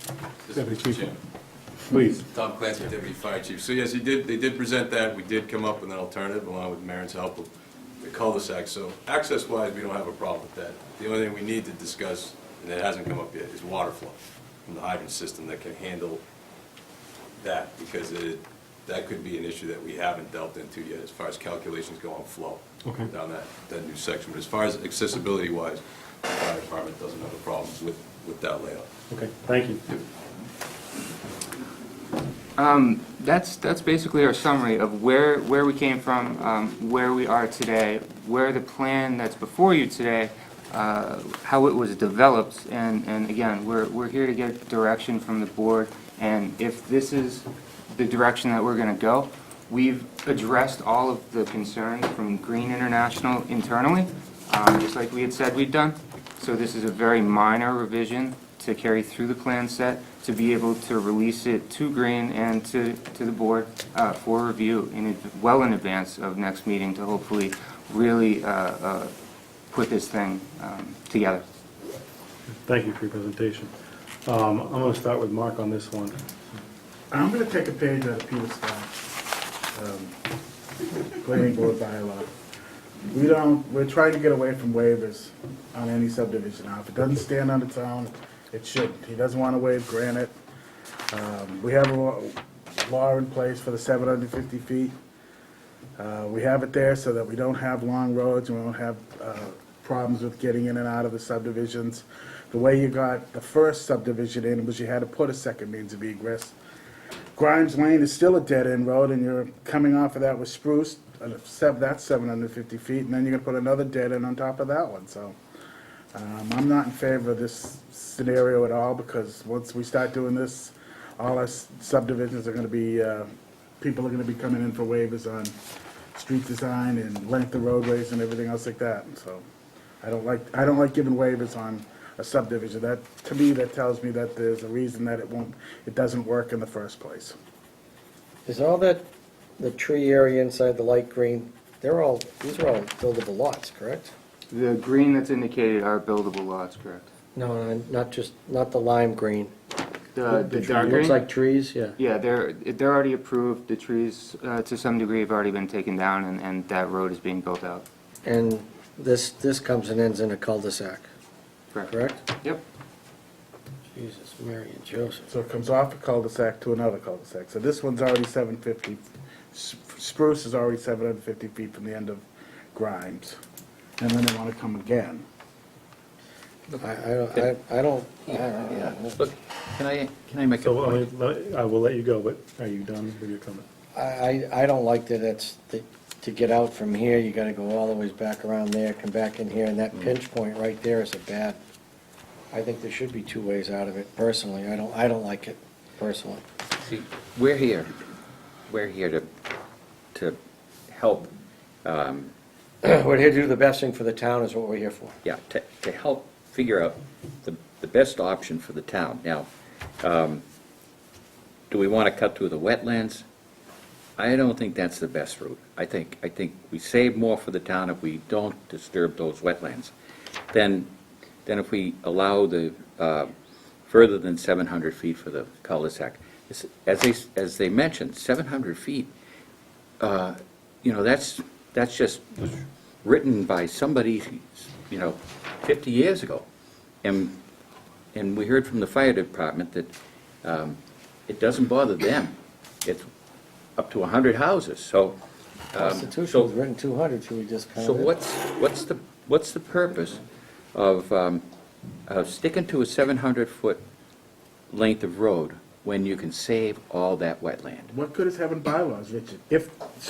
No, Let me we're here to help interpret those Okay, bylaws. so that if they can't do it conventionally, then they couldn't build any of this, Richard. This is a case that stands. Any of this, Richard. This is None a of it goes. case that stands on its own. It goes away. They can't build it. They have to come up with another solution, maybe less lots. Look, they can go Why- right why through can't the we wetland. build it? They So you can can- go you through can the build it. wetland. Why can't we build it? Let us see another alternative So other than this. so they can go back to the original alternative gonna and go- go through the wetlands. They're just trying to satisfy us. Yeah. The Conservation I don't- Commission. We're- We're not here to satisfy the Conservation Commission. We're here to approve subdivisions as they're proposed with the bylaws that are. They written. will go through the wetlands, and they have every right to go through the wetlands, and even the wetlands bylaw, both state and local, have to allow them to go through, otherwise it's a taking. Then go through it. Sorry to say, that's the way our zoning is. Yeah, You but- need two ways out. But what is the problem with the 700-foot driveway? When it's not fire services? It's our zoning rules and regulations. Yeah, but just because it's written in black and white, we're here to find the intelligent, makes sense pathway through a problem. I don't think that's an intelligent Right. solution. So, Can you resolve the water pressure problem by looping it over to Spruce Street? So what was suggested is that we do hydrant flow tests to understand what the water is at the last hydrant on Yeah. Spruce, so we can certainly do that. We've already had multiple meetings, both during the permitting of Durkee Farm Estates and prior to this hearing tonight with the Littleton Water Department, and it has never been expressed that there's a water pressure issue out here. It was expressed that they wanted it looped for future maintenance and things of that nature. So we are actively coordinating with the Littleton Water District, and we don't feel that that's an insurmountable. So you may not have to. If you have Yeah, water pressure right. there, then you definitely don't have to, but you may loop it either way. Can I ask a Yeah. crazy question? What would happen if you went, and maybe we could work something out someplace different, if you came off of this cul-de-sac and connected to that cul-de-sac through those trees? So we Did you looked at already that, look at that? and if you recall during the open space hearing process, we actually presented that before the board as one of the iterations, and it doesn't resolve either one of the waivers that we're talking about today, because the pinch point, if you will, is basically at the intersection of Spruce and Fraser. And red So- cedar? Well, spruce and Spruce red and cedar Fraser. is a giant, that's the biggest one in the whole place, isn't it? Where spruce meets red cedar? Correct. but Taking if you- everything from in here and putting it right there. Right, and then but you would, the furthest point, the point that you would actually measure from is from Spruce and Fraser, a little bit further outside of the K parcel. So we have looked at that, and we've presented it, but we feel that this is the best This is solution. your conventional, correct? This is the conventional, correct. If I could, where is the K property, or where will the K connection to the K property be eventually? There's actually 2 points of connection, and they're located here and here. Okay. So we have 3 lots here, and then there's 19 that are proposed here. That brings up another point. That first little circle, that's really an extension of the open space subdivision. That's, you're tying into the open space, you're expanding the open space plan. Are we in both situations, though? I would say in the first one you are. What differentiates us in the first one and the second one? Well, the second one, you were coming in off of Grimes. I'll agree with you that they're both now because you're coming in off the open space plan. So we have to address all of this as part of the extension of the open space plan. So the way that I would frame this is it's not an expansion of the open space because you have an existing right-of-way. So if you have an existing right-of-way and you're proposing a right-of-way, then you now have legal frontage that you would fall under a conventional Town subdivision. council here right now, we could, they already have an open space plan there. Grimes Lane, that whole subdivision is an open space. Now they're proposing to put roadways off of the existing open space plan. And I'm saying that that's an extension of the open space plan. We should look at it as part of the open space plan. That's not the issue before us right That now. is one of the issues. That's not the issue But before it's us only right because they're now. offering to give up disturbing the wetlands by not putting a road that they have by right to put in. I think Yeah. they need to show us that they can put the road in for I starters. think that it was shown, they had the conversation with the town engineer, and they met on site with conservation as well, and I think Maren was at the site, and it was proven that it could be done. It was just also discussed that it might not be the best solution for. Right. I have a question for Mr. Montanari, if you will. If we came off of Foster, would you suggest that Durkee is an extension of Foster? If you came up with Foster with. Originally, Durkee. We came off an existing roadway. We Durkee came we in, made you for your second means of Correct, egress. but- Because Grimes Lane was substandard. but Foster is your RA, your 40,000 square foot lots. We came in that with an open space subdivision, correct? And you looped it through, and we all agreed that Durkee was substandard. I'm not talking emergency access, I'm just talking in general zoning. So now we have an open space subdivision off of a conventional subdivision, which is Foster Street. Foster Street's a conventional road, it's not a subdivision, it's a road. It's been there before, half of it was before zoning probably. So your subdivision is an open space subdivision off of Foster Street, that's all it is. Correct, and it stands on its own. Well, you're adding to it, you're adding more lots that are not subject to the open space covenant that we put together on it, and you're using the roadways and the infrastructure and everything from an open space plan that we probably should address as open space. And we did present both plans, conventional and open space, and I think it was agreed upon We that. direct them in the direction. No, of- they asked, they never really, we should have talked about, we never really talked about an open We space. certainly did. Oh, I disagree with that. We We talk did, with- but they decided the conventional was the better way for them to go, so. Because of the this is- pushback they got on the last open space that they Yeah. presented, that, with the This amount of is- wetlands. Oh, that excuse are- me, I don't think we decided which way to go. I think we asked for direction, and what we Yeah. determined was Yeah. collectively that there wasn't a benefit to the open space Yeah. that's provided under the OSRD comparatively speaking to the Thank you. conventional. That's That was exactly- agreed that upon by was this our board. Dave's exactly right. I would agree. But not- I got here tonight and I was reviewing this plan earlier. I had a conversation with a municipal employee of this town, and looking at it, and some of the ideas that came up in my conversation just before the meeting was, we have a gentleman's agreement regarding the old farmhouse and the 5 acres, as far as that's gonna be, depending on mitigation for this piece and how we get through here, that comes to the town, and you were willing to put in a septic and a foundation, we would have to pay to move the house and revitalize that property. In lieu of all that, and this is a conversation I want to have, and hear me out, you have 19 units on this side, you have an additional 3 houses over here.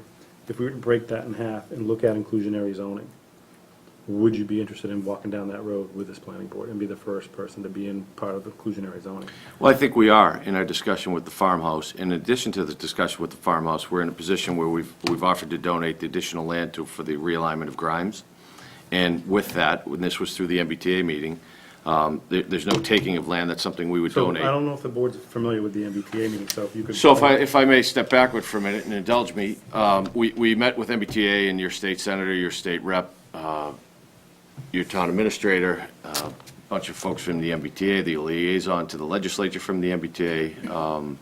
And what we proposed in that was, and we had presented to the town administrator an informal rough draft of what a realignment of Grimes would look like, but more importantly, what it would do for additional parking for the town regarding MBTA, and I think some of that would come through passively, because in that realignment, in our understanding, there would be a relocation of the farmhouse. We would handle the septic, the foundation. We have room on the other side of the farmhouse.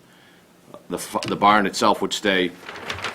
You would increase your parking by 54 spaces in that land that we would donate as part of the realignment. It essentially becomes an expansion of Grimes Lane into that area where the road gets realigned. That's not something we're claiming or hope to keep hold of. That's for the town's use, their negotiation with the MBTA. What we came out of that meeting in the MBTA expansion was there's a little disconnect on whether or not that proposed expansion on the existing parking lot side is funded or not, and I think your town administrator could speak to that. In this particular case, what we talked about with your state senator and your state rep is maybe there's another mechanism, because the MBTA does have a lot of failing parking structures, Alewife and a few others that are garnering for their money as well. You could possibly fund this in combination with the MBTA and maybe DOT to get that road realigned, to get it away from the train track, to eliminate what some people consider that unsafe condition for pedestrians as well as vehicles. So it was sort of a win-win. I think a lot of people came out of that meeting. I don't want to speak for them, but really the hidden jewel is if you could realign that road through some other form of state funding, you would find yourself with 54 additional parking spaces. Okay. And a preservation of that farmhouse. That's Mr. Bergman, I'd like terrific. you to expand on that if possible.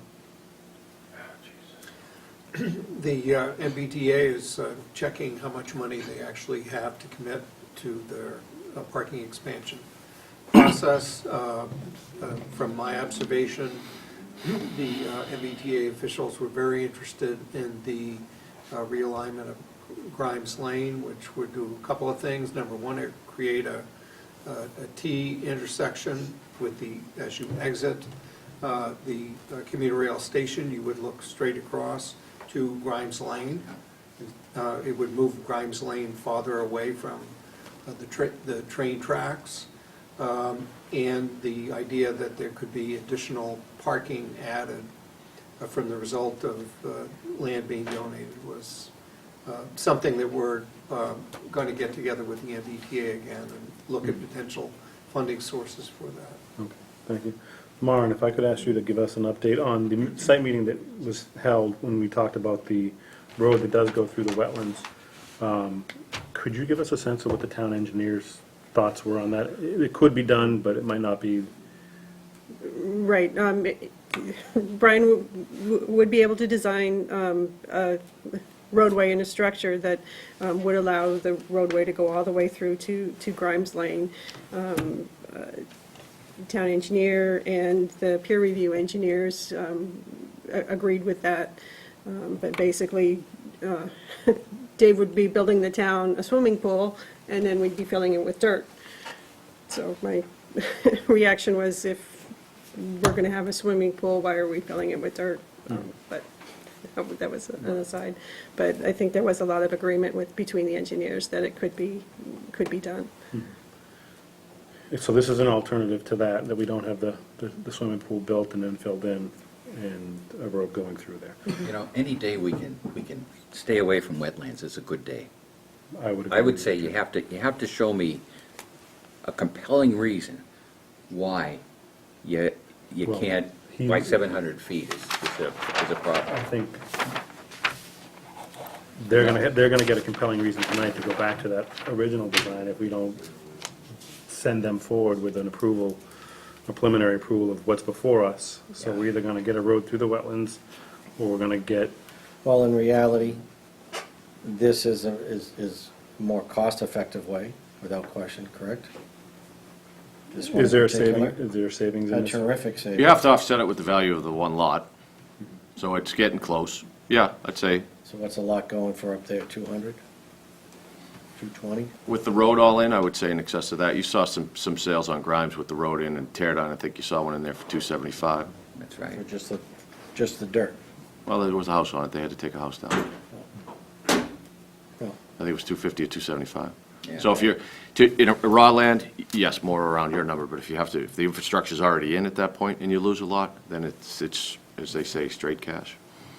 So I would venture to say that to run that from there all the way down to Grimes would be a fair piece more than $200,000. I'd say it's probably in that 250 range, which is Yeah. what we value that lot. Okay, well, wouldn't you say that to run it from that cul-de-sac all the ways down here to Grimes Lane is where we're talking, correct?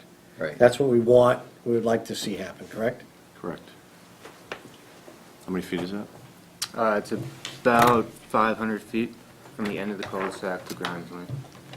Well, you're missing one Yeah. other piece of it. You have to upgrade Grimes Lane too, because Grimes Lane really stops right here. You know, you have to have an adequacy of way coming all the way up to the rest of it too. So it's not just, you're not just abandoning this coming here, you've got to deal with this part coming up too. So I think it's, I don't think I could give you an answer tonight on this one. Who says they have to, is that another one of Mark's? Just stop that. Look, Richard, enough attacking each other. What we're It's trying gotta to do be is the something right that- thing for the it's bloody gotta be town a is what we're trying to passable do. road. And we're not here to make sure he makes money or doesn't make money. We're here to make sure the town gets the right It's a one-lane program. road. That's what we're It's after. supposed to- And so once again, I'm more than likely pretty close to saying it costs a lot more to go from here to there than it would to have the cul-de-sac, correct? If I may add, I think from the cul-de-sac down, you're not correct, but what Mark's point to add from Spruce back to Well- that section is a viable cost that Right. we would save there.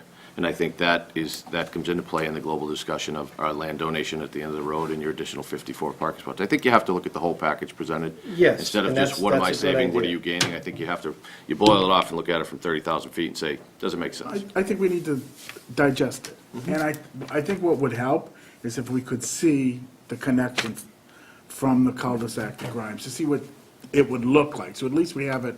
You have it. Well, we have it, we have it. No, we have it as a, Do we have the engineering that goes? Yeah. Yeah, that was- it was the last time they were It's before us. everything It was designed- vetted by Green and vetted by your I town thought the engineer. problem was that it was underwater, so that's why. So- So do we have a new There's a lot of, one that shows it that it They actually worked? they showed that they could engineer it and build it. be an accepted road. It's not on a plan that we've seen, right? It is. That's what drove Green to review it. It was in your submittal to your plan that you reviewed it. Now, it's a detail sheet in the back that you may or may not have looked at, but Green did in their review, their $7,500 review. They looked at it, and Chris concurred. And I'm not picking on Green, they spent a lot of time on this thing, but I'm just saying that we did pay for that, and they did review it, and it was substantiated through a department head meeting. and the long and the short of it, the fire department doesn't have a real problem with it, is what? Mr. Chairman, Please. So- Through the chair? we, I know we got one more meeting after this to do it. Oh, no, what makes you think we're not gonna vote you in again? Please don't. Peter, shut up. Hey, excuse me? We did not. Let's see if we can arrange to see you not be spoken to. We wait- did not wait really outside go for me. into, if you go through the wetlands, I'm not certain the fire truck's gonna fit through there. So I think if you do the wetlands, and I'm not trying to sway the board one way or the other, but initially, the wetlands, when you get into the sweep we'll need at the end of that road to make the turn, then you're really gonna have to get into what Mark says, is I think we're gonna have to reconfigure the road, widen it, because, Oh, Grimes Lane. yeah. Grimes on the Yeah, end. I think that would That's a be, foregone that conclusion, was our. so you didn't need yeah, to okay. say that. Thank you. Just, thank you, that's all. You're welcome, Peter. Somebody had to say it to you. So why don't we take this under advisement and come back in May with a decision? I don't know if I want to poll the board to see what they want to do. So you're under advisement, come back and make. I won't vote on it tonight, but Okay. Richard, would you vote on it tonight if we made a motion to? Oh, yeah, because anytime you can save that wetland from, as I said earlier, you gotta give me a compelling reason why we can't allow more than 750 feet. Those are words on paper versus an actual piece of wetland that we could save. Peter, any thoughts before we- I disagree with your black and white and words on a piece of paper written, I don't care when they were written, I have serious issues with your statements. As far as going through the wetlands as opposed to what they have here, obviously what they have here is better. It's better for the wetlands, but I don't like that you don't have another way out. It's just that simple. I think there should be another way out of there. So what happens if you got to take in as far as, and this is not a rock in the windows, are you going to deadhead the water line down there? You guys can get around the water line. You can figure that out, is that right, Mr. Deputy Chief? Dowd? I think it's the water department. Yes, Yeah. Mr. Orange. Water- That's correct, thank you. That's up to the Right. water department. They've Okay. got we've got to do flow. We're just looking for a certain flow. It's not up to us. I'm not wild about it, but again, it's a lesser of the two evils, correct? And are we gonna stop having discussions about when the end of this is, if you give me this, I give you that? Is this farmhouse and and moving and the foundation and all that stuff there, is that a foregone conclusion besides a gentleman's handshake? Or It'll be in the written decision if we can vote on this. Without a doubt, yeah. I mean, I don't know where it stick by came from, I don't know who started it, I just don't like that hanging over my head, that you give me this, I'll give you that. That's not, I don't want that Well, I think anymore. I think that's the ability of the planning board, is to try to get things for the town. Well, I heard that, 2 years ago when they started this project, that we were getting the house, the barn, and the 5 acres. I don't think you ever did, quite No, honestly. We that's- were told that. All right, so as we go regardless through what I vote mitigation of for, this, that- I would more than likely vote for this plan here as opposed to going through the wetlands, yes. But again, I don't want any more stipulations on tit for tat. And we can agree with that. I will suggest that the MBTA thing is something that we offered independent of this solution. That was on the table well before we thought that this cul-de-sac was a better alternative than cutting through the wetlands. And I think But you the do that, The MBTA thing has to do with Grimes being upgraded, correct? realigned and upgraded, yes. Yep. And now realigned. is that still a viable? It is through Spruce. Yeah. That is if the MBTA decides to put money out here for 54 spots as opposed to redoing something in this. Now, wait a second, you agreed to upgrade Grimes. Correct. Right. He's gonna do it as part of this. The realignment or the upgrade? He's gonna do the upgrade, not the realignment. The portion through the wetlands as part of the realignment needs to come from either the state or the MBTA. You mean the end of it? So is somebody gonna, so if we do the MBTA thing, how much of that wetlands that you're talking about, your road coming out to, is gonna be MBTA ownership as opposed to yours? So this is what I don't get. I'm sorry. No, he's gonna show you. All right. We're gonna realign this. This is gonna go over here, and they're gonna go this way, right out. Okay. And the MBTA is gonna do what with what? They would take it from the realignment here to here. We would take it where they step out of really the jurisdiction of wetland component, because your bylaw doesn't allow a private party To install that. It needs to come through a state agency. So they just- And that has nothing to do with this area coming down way the hell up there? No, this was on the table prior to that solution. All right. We've been vetting this for a couple of years. This has been hanging out there for a while. We met with Mr. Boyle or Doyle. Yeah, Boyle, it was a couple of years ago. Years It was ago. at least 2 years ago. And what came out of that meeting, if I may, just to finish, was we don't have any concept of it. So we took our money and spent it with Hancock to develop that concept, to show it, to pre-engineer it, and to also show the benefit of the additional parking that would come with it for a total of 54 spots in this area. Then we had a subsequent discussion because, and I met with Historic, was that's really the beautiful old historic, it's an old historic home that needs renovation. What could we do with it? And we said, well, we have the 5-acre parcel here, we'd be able to relocate it over here. That's where we get into the discussion of, we do the septic, the infrastructure, the relocation, we prefer to come through CPC funds.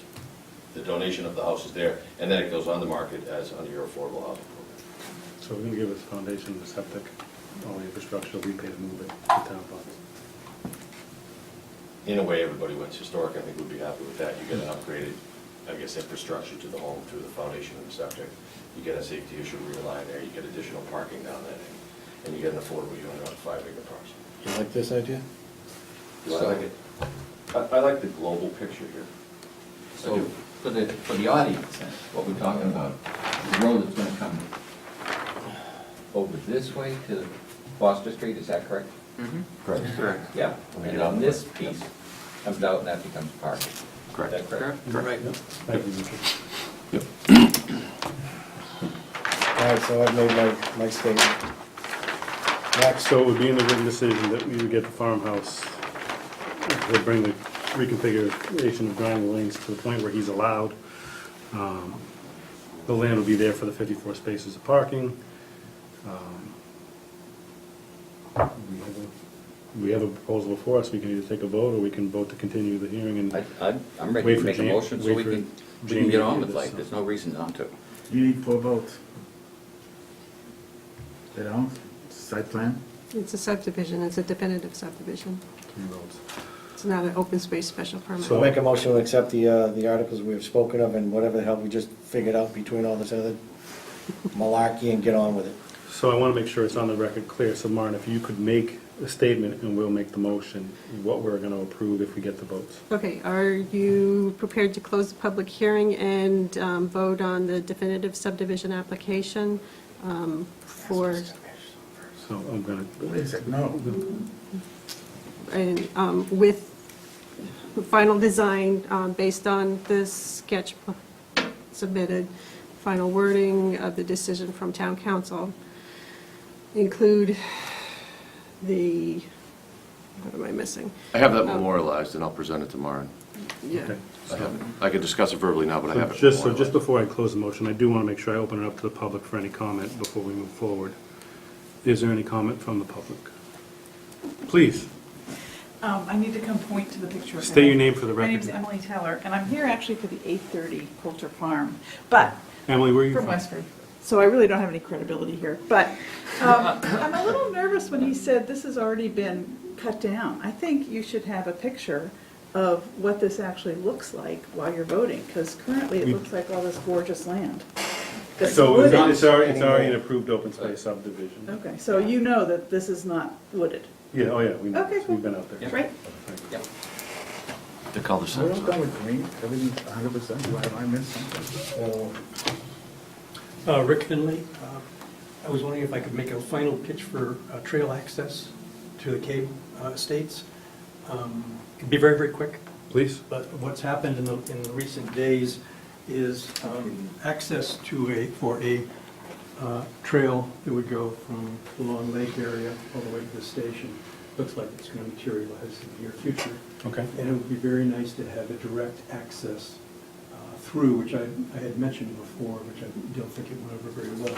But I didn't receive your voicemail, by the way. oh yeah, I'm sorry to get back. Yeah, no worries. I've been swamped too. No worries. What I want to just let you know is this serves your community as well. This path will take people from your community all the way to the beach at Long Lake. You'll be on some small roads similar to these once you get over to Aspen. But what I was hoping to do was to be able to come through directly, so that if anybody from that area was using this to get to the station, they'd have the most direct route. This is yellow will give you an idea how direct this is. It's really coming together well. It's still conceptual, look at the two properties that were a problem. Thank you. Thank you, Mr. Finley. Appreciate your time and effort in this, too. Sure. Thank you. So they're looking for trail accesses, would be one short easement through, my screen went down. Yeah, I'm not sure if the lots are numbered on that. It's between two lots and it comes out. It's between two lots, and it would be straight across from Red Cedar Way, more or less. So if I could offer what we have agreed to in previous discussions with Sure. Other town boards, I think, as part of the donated land over here, was a trail easement 6 feet wide coming through here. So that's something we've committed to, too. If the board has the pleasure of tying through here, we're fine with it. We'll continue to easement this piece for those walking through nature. Those who want to come down through here, we're fine with that. That's a great idea. It's a good ask, thank you. Wonderful. Stuck got that in there, Mr. Finley.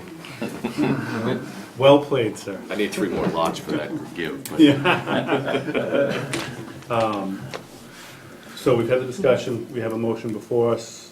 I would make that motion. All those in favor signify by saying, do I have a second? Have a Peter. motion? Your second, Pete? I thought I heard you say. Poke me. I thought I heard you Look at me, give second. me the dirty look. I'll second that motion. Okay, we got a motion and a second then. All those in favor of this as before us tonight signify by saying aye. Aye. Aye. Those opposed? No. No, you're opposed. Nay Okay. is the word. 3-1 vote. Rarely does it come from this board, though, does it? Grab your hat. I'll share the memorialization with you for you're going to draft a decision for next meeting. For review of town council and all that good stuff. Okay. Great, I'll get that to you, Mike. Thank you. Thank you. Gentlemen, thank you for your Great. time. Thank you, guys. Thank you for your Do we gift to close the the hearing? trail. It's a big gift, thank you. Makes sense for all of us, right? Buy while you're handy. Buy while you're handy. Rick, that was a good call. Peter, you caved. Not really. What else are we gonna do? We're gonna let them run to the freaking wetlands? Yeah, let it start taking root. Recreational marijuana. Yes, yes, indeed. We show good faith and we work. You know, I spent my earlier years trudging through wetlands. And, Public hearing.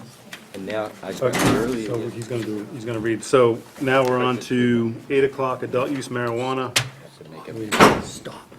Town of Littleton Planning Board will hold a public hearing on Thursday, April 5th at 8 PM in room 103 of the Shattuck Street Town Offices, 37 Shattuck Street, Littleton, Mass. To consider a zoning amendment bylaw as described below, sponsored by the Planning Board and the Board of Selectmen according to Mass General Law, Chapter 40A, Section 5, Adult Use Marijuana Zoning Bylaw.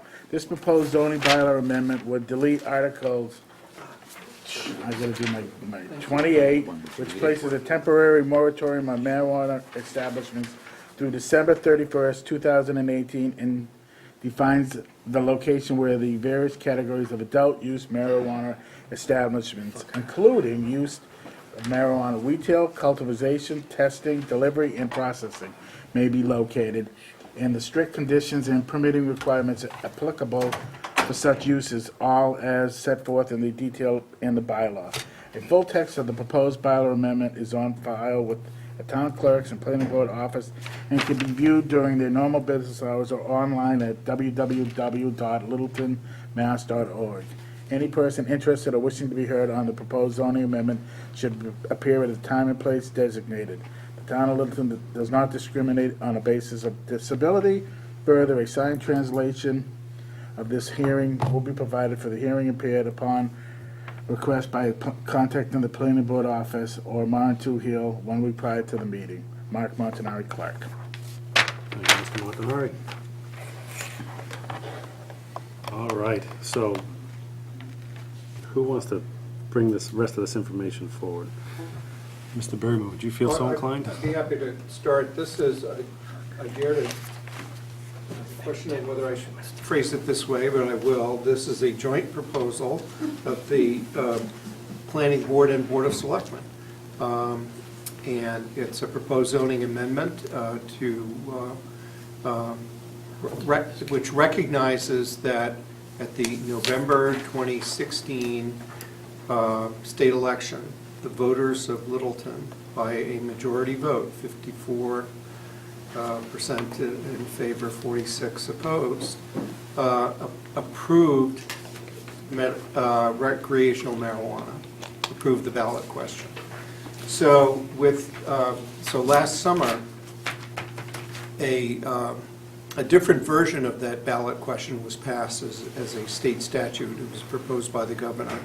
And those particular provisions are what we're operating under now. And it says that and I welcome town council Pine in on here. He's here for this item tonight in case we have questions.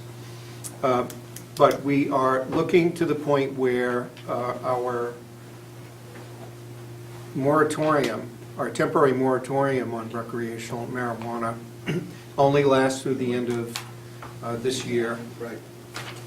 And that by that time, we need to have some zoning in place, absent zoning, that there are certain things that happen under the statute, and among them is if we pass, to my understanding, if we pass no local zoning on marijuana, then wherever retail uses are allowed, a recreational marijuana retail use would be allowed. We are proposing, the two boards are proposing here to limit where those uses can be allowed, specifically to, and maybe Maren has that map to show, specifically to these areas in town, which are basically the industrial areas plus the Littleton Common is that the overlay zone? Right, the Village Common Business Yeah. District and the Beaver Brook Overlay District near the Common, and then industrial areas near Air Road. It sounds good. I'll make a motion. We accept his proposal as is. There's a little more discussion to be had, I think. Why? Why, it's just a bunch of words that were written 2 years ago. Well, they'll change it in the legislature in another 2 minutes. They can't get anything straight besides. The one point of They're giving clarity themselves that, raises. the one point of clarity that we have come to in the last, just in the last week, the question that we talked about at some previous meetings is what is the number of marijuana retailers that we would need, that we would be obliged to have in town under zoning? And the statute says you take the number of package store licenses that are issued in your community, which for us is 7. You take 20% of that, which is 1.4, and that's the number of licenses you need to have. And the clarification we've had from the Cannabis Control Commission, yes, there is one in Massachusetts, the Cannabis Control Commission has said you must round up to the nearest whole number. So that, for Littleton, that would mean we need 2 marijuana retailers in town to be located at, in those zoning districts. The option exists for a community like Littleton, where the voters have said that they want to have recreational marijuana, that there's the ability to bring a ballot question to an election to prohibit it, but that's been discussed. It's not being proposed. If we were to go down that route and try to limit the number of licenses to less than 2, or to prohibit the uses that are allowed under the statute. Currently, as you know, we don't have a dispensary, we don't have a retail outlet for medicinal marijuana. We only have a cultivation site. But if we wanted to eliminate retail and only allow cultivation, it would take a ballot question to do so. If we brought that zoning measure to the ballot and they voted no, and we had no zoning as a result, then we fall into the trap of having to allow the use in any retail area in town. So what we're looking at is to be proactive, come up with where you want it to be, zone it accordingly, and then just proceed. So to add to that, I want to just make the public aware that we're also, by doing this, one of the benefits to the town would be the revenue generated from the dispensaries on a tax basis. On top, if we do a host community agreement, we can get an additional percentage out of that, up to 3%. There's a sales tax. If there were retail establishments that the town could adopt a sales tax, which I think is up to 3%. Yeah, 3% is the sales. 3%, but then I understand if we do a host community agreement with somebody who might want to open a dispensary and meets all the qualifications through the CCC, that if there's a host community, can we add to that 3% for the town for a limited number of years? I think we'd be limited, and part of the answer to that is, which also, that we do have, we do have a host community agreement for the medicinal marijuana facility. And the good news there is that host community agreement that we've negotiated very likely will be able to just carry over once their operation is expanded, as the law allows, from just medicinal also to recreational. The law that was passed would allow them to do that. And that existing host community agreement that's in place, if an amendment to the law passes that the governor has filed, we would be able to honor that agreement. The new, for new retail facilities, we would need to negotiate host community agreements with them. However, the value that the town can get, the mitigation payments that the town can get from those new agreements cannot exceed the amount of basically the services that we provide. Okay. So that's I think that's going to be a limiting factor. It's not going to be a moneymaker. If there's a moneymaker, it'll be the sales tax. And isn't there a sales tax for, Westford has an added sales tax on meals, correct? An added town of Westford meal tax. Do they do that, correct? I'm sorry, say that again? Westford has, well. We have a meals. Westford has it. Do we have it? Yes, yeah, we adopted the meals tax once we saw Sam Park headed our way. So, Right, so why don't we do a dope tax? there's not one. Well, why don't we put one in? Well, it's a It's 3% regulated. marijuana. Yeah, It's it's a local option. Right, that power comes from the state, and the state's limiting us to the 3%. Of course, yeah. Is How there much any does the other- state get? So- 3%. What about the feds? There's still a chance the feds are gonna say this is all illegal, right? Yeah. There's They always haven't that weighed chance. in. All right, so we need to get, Hold let's just on, get, I had it, oh, I'm sorry. we had somebody from the audience that wanted to make a comment, so. Chase Gerving, Oak Ridge Road. Question about the services that additional revenue could be applied to. Does the CCC provide any definition of what those services might be? As in, could we construe them relatively broadly to mean things like traffic control, stoplights, et cetera? Or is it very narrowly tailored to police details specifically associated with the service? Do we have any clarification on that? Not that I've, not that I've Yeah, I mean, I think there needs to be a pretty good nexus between Okay. the cost and the service. I don't think it's a one-to-one, but I think you, Yeah. It has to be reasonably related, and, Okay. and It's, all we're doing is, we may get reimbursed for the expense that this new product coming to town costs the town. It's not, we're not gonna make any more money off of it. It's just, We may not lose any money. well, we might not lose any money for it, depends on how people get, you know. Maybe if we increase our food tax or munchies tax, we have a munchies tax? well, just as one example, our current host community agreement with Sanctuary Medicinals provides that by year 4, we're going to get $100,000 a year just for the medicinal, and then with an additional, the current agreement said we'd get another $10,000 if they expand to recreational. I'm not confident that we could point to $110,000 worth of services. yeah, I think that would be difficult. Yet, because it's a pre-existing agreement, we can still take the money. Yeah. But going forward with new agreements, I'm not confident that we could, come up with a calculation that is that high.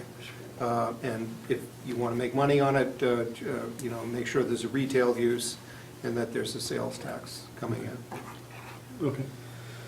So we have So to we'll get vote. creative, yeah, so I will I was gonna ask for a motion unless you wanna make a comment. I gotta make a comment. Okay, please. Okay. Now, when we voted this in, I don't think we gave much thought to this little dog lake. This dog lake runs down a neighborhood, and I just don't think that that's appropriate. Everything else is okay in my mind, but I think this is too much of in a neighborhood section. I think we should cut this off at the first lot in from 119 and take that out. I would, Unless the credit union is planning on diversifying. Yeah, but there's a truck in place, there's a, but it's on this side of Russell Street. Yeah, It's it's not on on the- the other side of Russell Street. but And Russell Street's a, So but everybody on Russell Street understands that everything across the street from them is commercially zoned, industrial zoned. So my point would be that it's there, we've tried not to limit it to other places. I'll make a motion to accept the outlined areas that are colored for the, No, you know what, I hate to say this, but I agree with Richard. Hold on one moment. So, public comment? Please.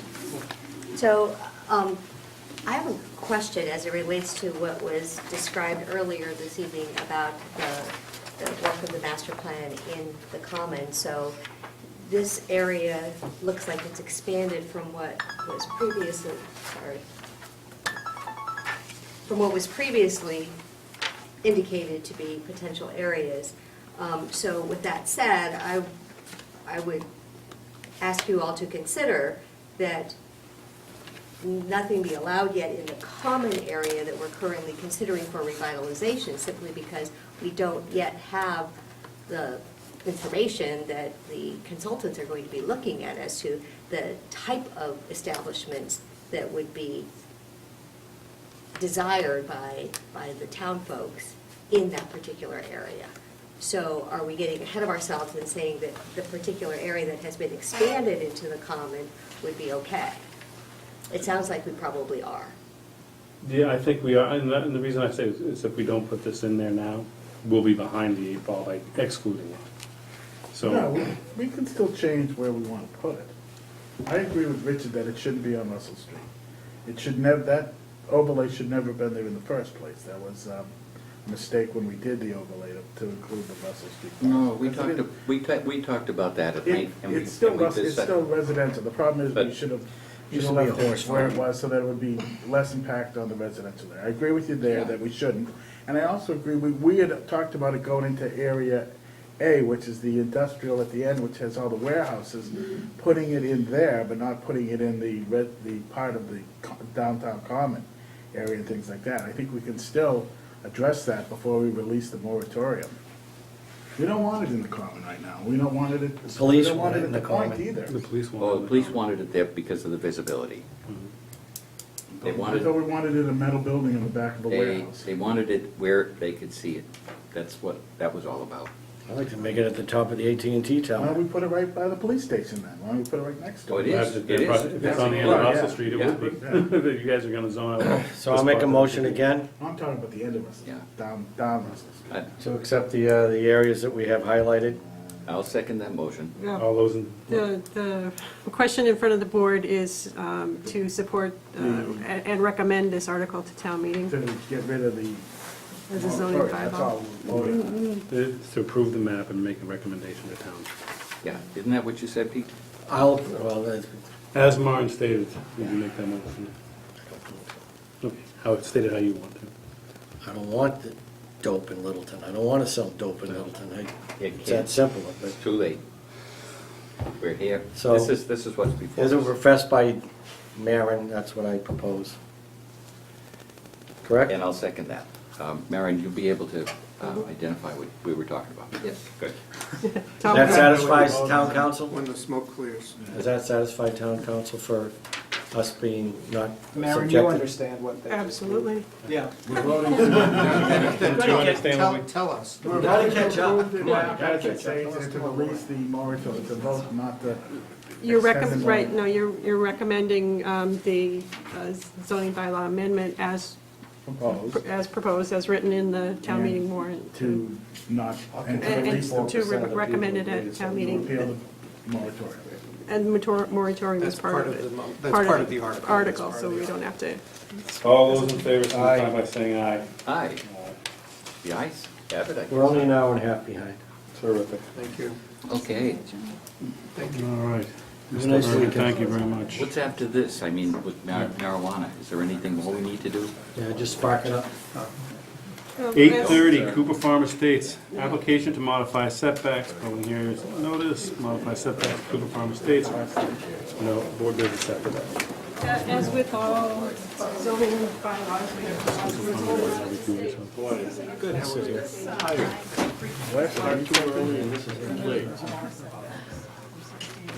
The Town of Littleton Planning Board will hold a public hearing on Thursday, October 5th at 8:30 PM in room 103 of the Shattuck Street Town Offices at 37 Shattuck Street to consider the application to modify the special permit for the open space development known as Cooper Farms Estate pursuant to Mass General Law 40A, Section 9, Sections 173 through 93, Section 173 through 118, open space development for the Littleton zoning bylaw. The applicant is requesting to remove all setback requirements for lots 8 through 11, 8 and 11 through 25. Property owner M&M Realty Trust, applicant Field Development.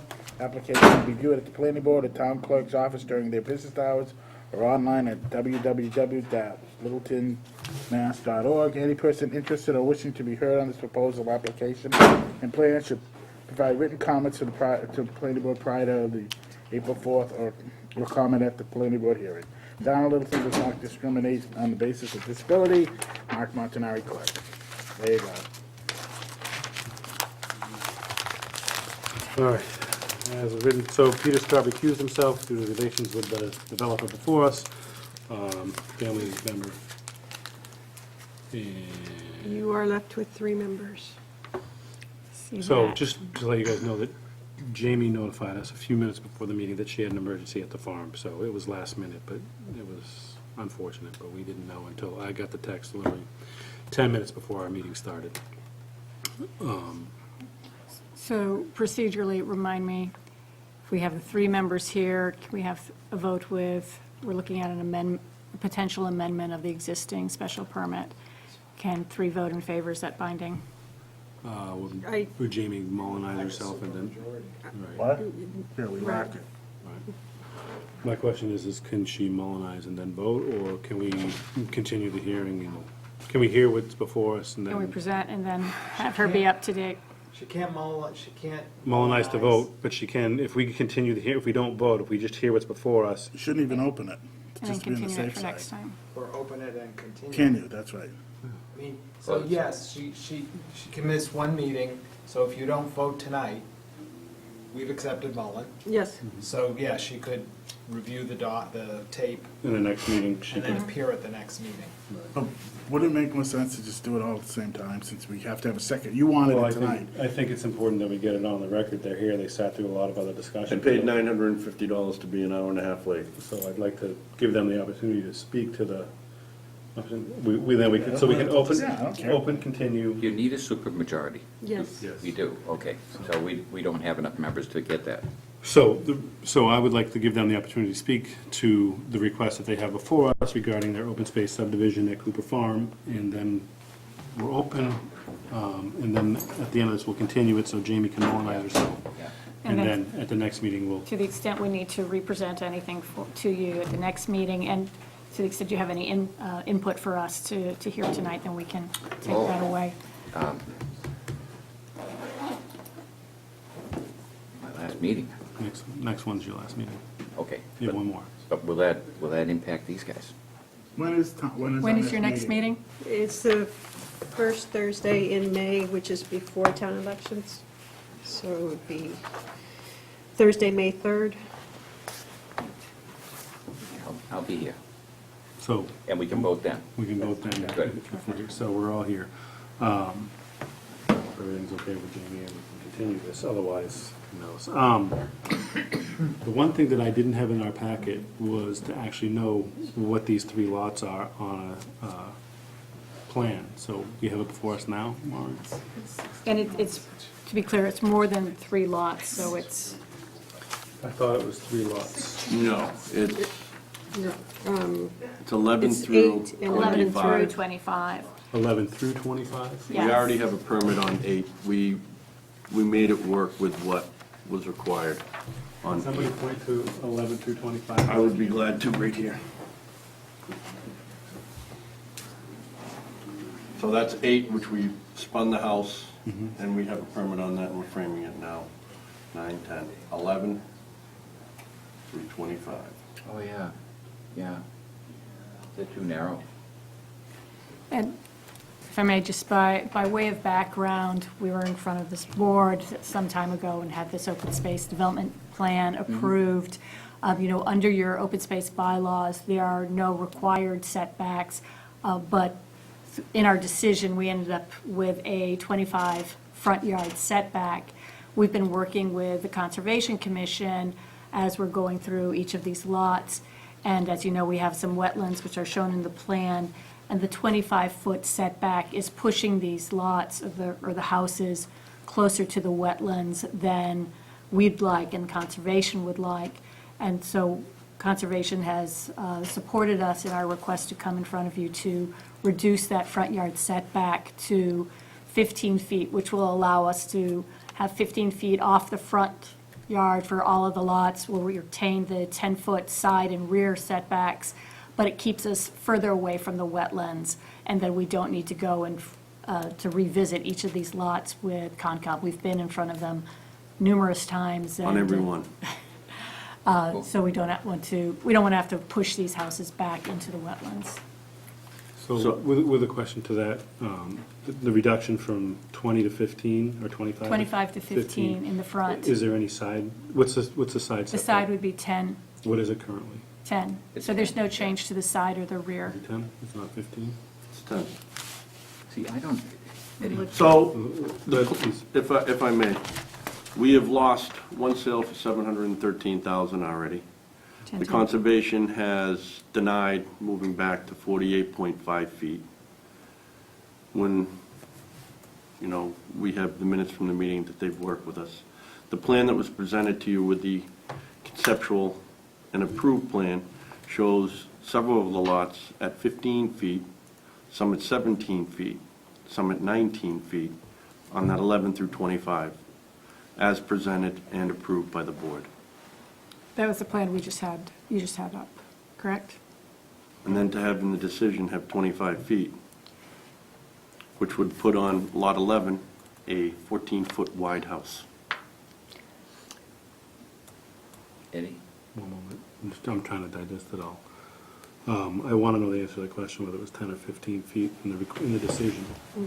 The decision, it's item 22 of your decision for subdivisions lots 1 through 25, minimum street setback of 25 feet, minimum side rear setbacks of 10.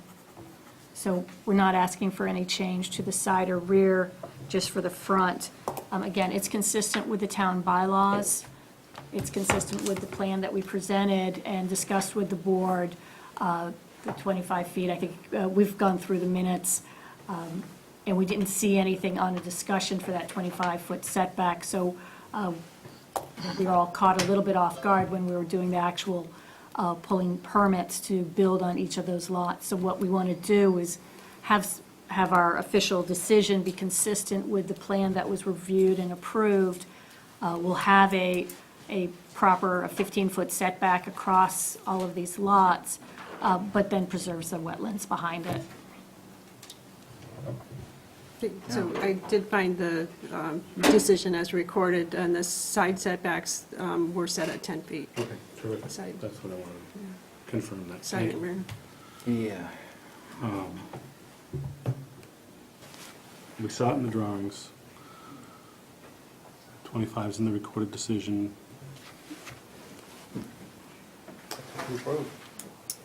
25, right? Well, that's what's in the recorded decision. In the drawings, they didn't show any setbacks because they were trying to stay outside the 50-foot buffer. We're pushing it back into it. But the thing is that- So I had a conversation with Julie Rupp from Conservation Yeah. today, and she mentioned that they're supporting this because the soils and the fines that are in it, they're concerned that they'll end up in the wetlands or even in the brook that's down there. So they'd rather see the work outside of the buffer to continue. Just wanted to share that with the board as a Yeah. conversation I had. Yeah, and Amy had sent a comment letter about several of the lots, and it says that she would, lots 10 through the 16 are the most sensitive with regard to the house layout relative to the wetlands line. So the Conservation Commission is supporting the request for reduced front yard setback for at least those. And on top of that, fire, do we still have fire here? Did you guys have a chance to take a look at the setback request? And do you have any comment on it? Setback request, I'd probably need some more time on that. Okay, so So you're gonna get it now I- because we can't take a vote tonight anyway. I know, so- and it's just I kind of looked at Paddock Way. It's a little different though, because the setback was wider. But it really gets into, and the original was approved, and the setback, not the front isn't an issue, it's the side. And I thought there was a change in the side setback, but according to there's not. There's not. So that's already been approved. So, but from the front to the road, no, it's not an issue. Not an issue. Okay, thank you. Eddie, the whole premise of the open space is to not have setbacks, so that you can squash these houses into tighter lots, so you can have more open space. And I don't know why we impose setbacks in the first place, but we did. And, I think the intent of the bylaw, the intent of the open space is to give the builder the most flexibility they can have so that we can have the most open space. And what we did here is we constrained them.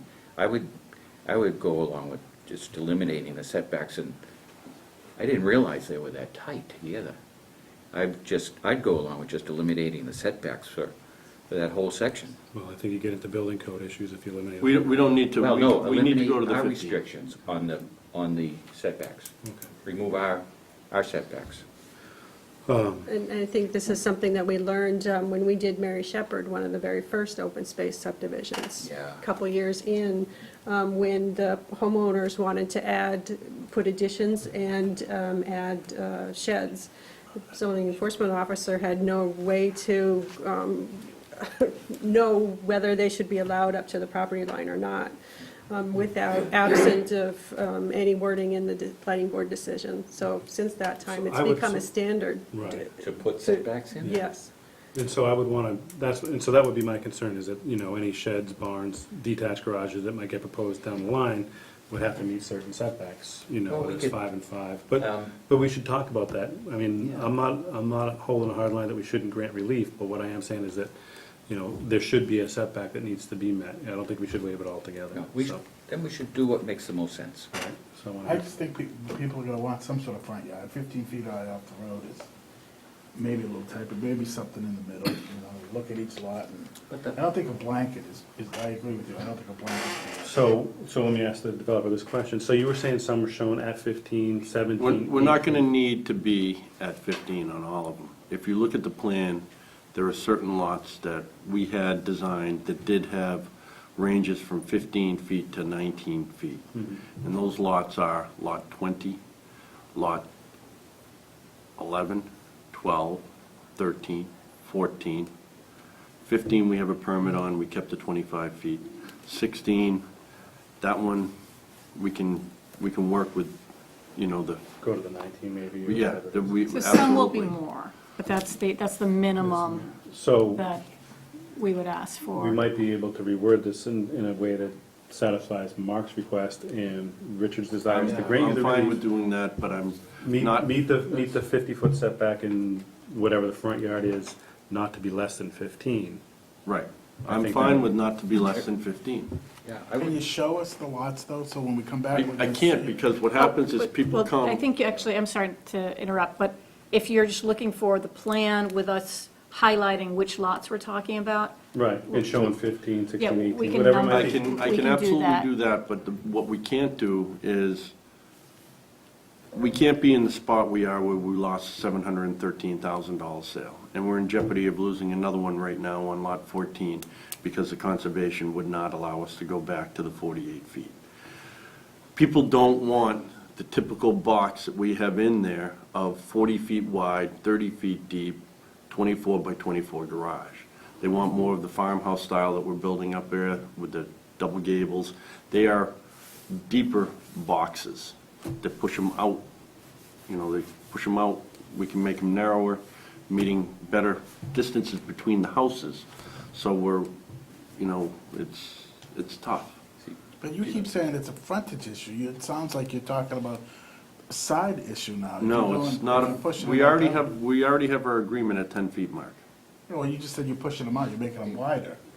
No, I'm making Front it to back. deeper. Front to back. Deeper, Deeper. Deeper. Deeper. You're back to the trough right now, so here's the opportunity for you to tell us what works best now that you're. 15 feet, And the sides? 10 feet. 10 feet. That's it. And that would work, then we should just grant a waiver for not all the lots, not pick and choose. Well, half of the lots are built on already, Richard. Then, And I think what we're looking for is trying to gain as much front yard as possible, so he doesn't just go to 15 every time. Yeah. That if he can meet the 50-foot and be 19 feet away from the street, then that's what we get. So, We have on, Lot 17 is built on now, Lot 15 has a permit on it. Lot 16, we know what we're gonna do for a house, we can, with the 19 or 18 feet, we can make that house work.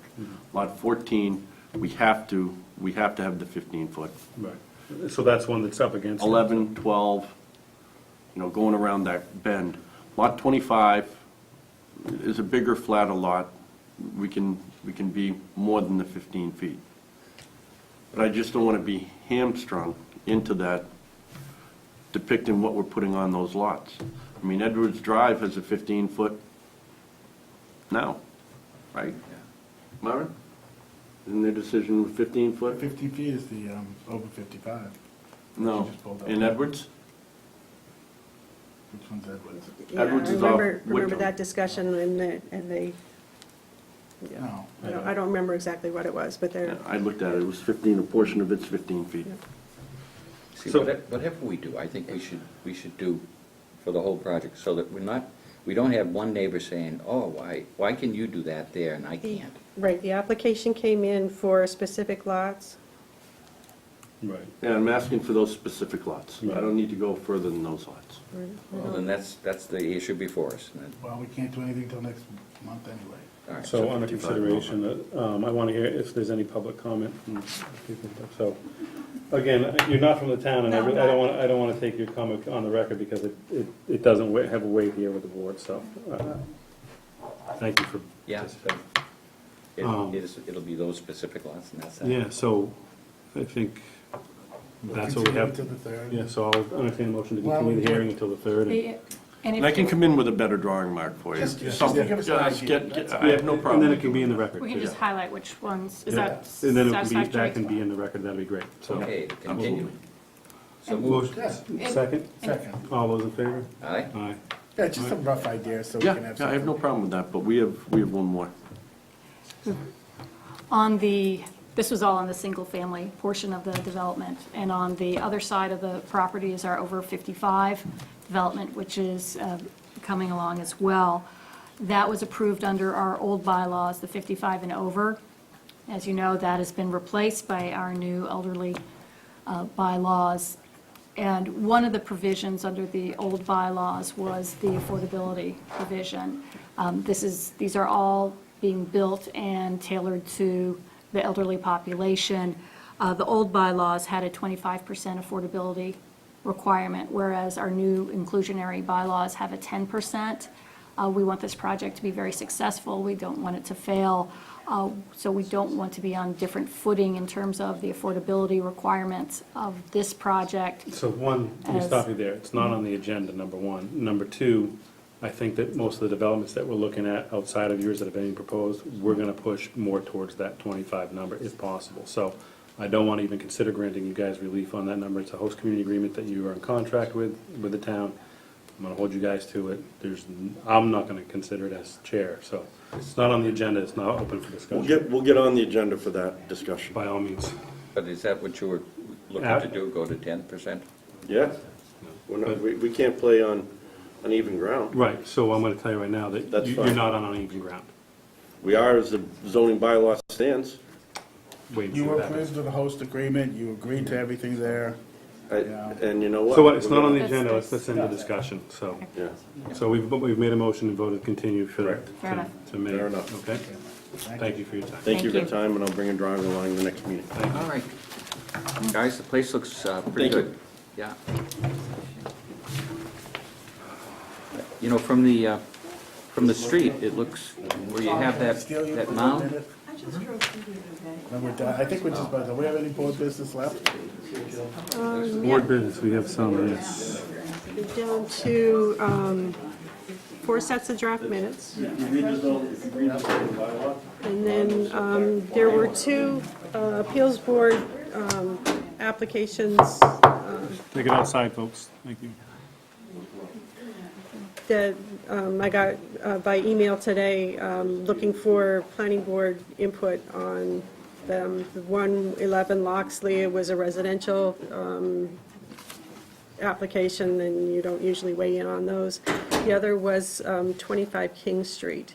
That's the service station with Dippin' Donuts out Air Road at Willow and Bruce Street. Oh, okay. The application is for a drive-through food service at that location. It's not allowed. By variance from by relief from the zoning board of appeals, that's where that application is. So just wanted to. If they allow a goddamn drive-through, It's not allowed, it's not in our Please. subdivision, I'm it's gonna not ask you allowed one by more time. right. you Please got don't use the drive-throughs, word thing. Peter. I went to the bank today. So they're going to the ZBA for a drive-through. Yep.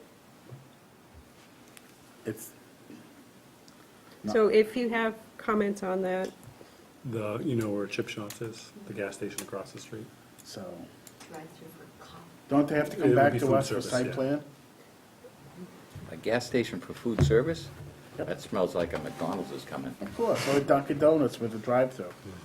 Yeah, but We don't allow drive-throughs, we might wanna send them a letter We do not, drive-throughs are not allowed in the town of Littleton, and If you have specific comments on the application, I would recommend either as a board, you send comments, or you send them Mr. directly, Chairman, either don't way. think we should send a letter that drive-throughs are not allowed in the town of Littleton, and we're not going to entertain them unless... The zoning is published.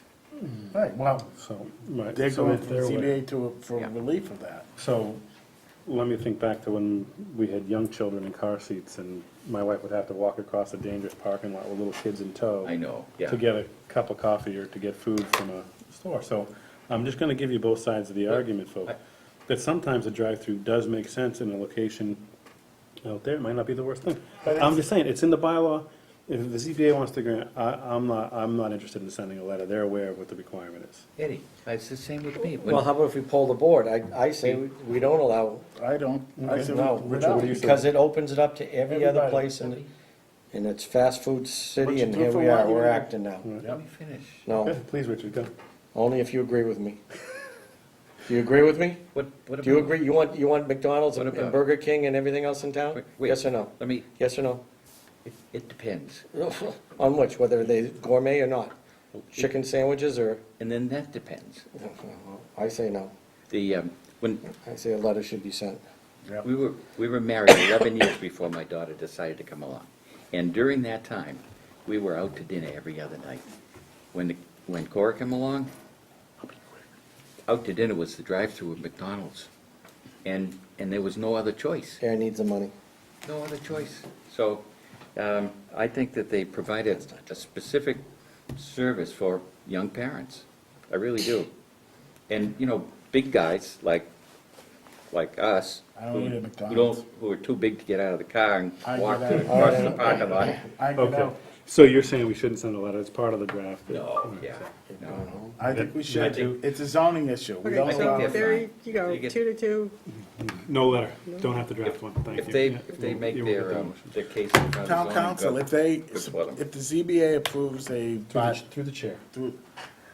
If the ZBA approves drive-throughs, and we don't allow drive-throughs in the town of Littleton, ZBA approves, we still have to sign it, right, don't? It's a site plan, right?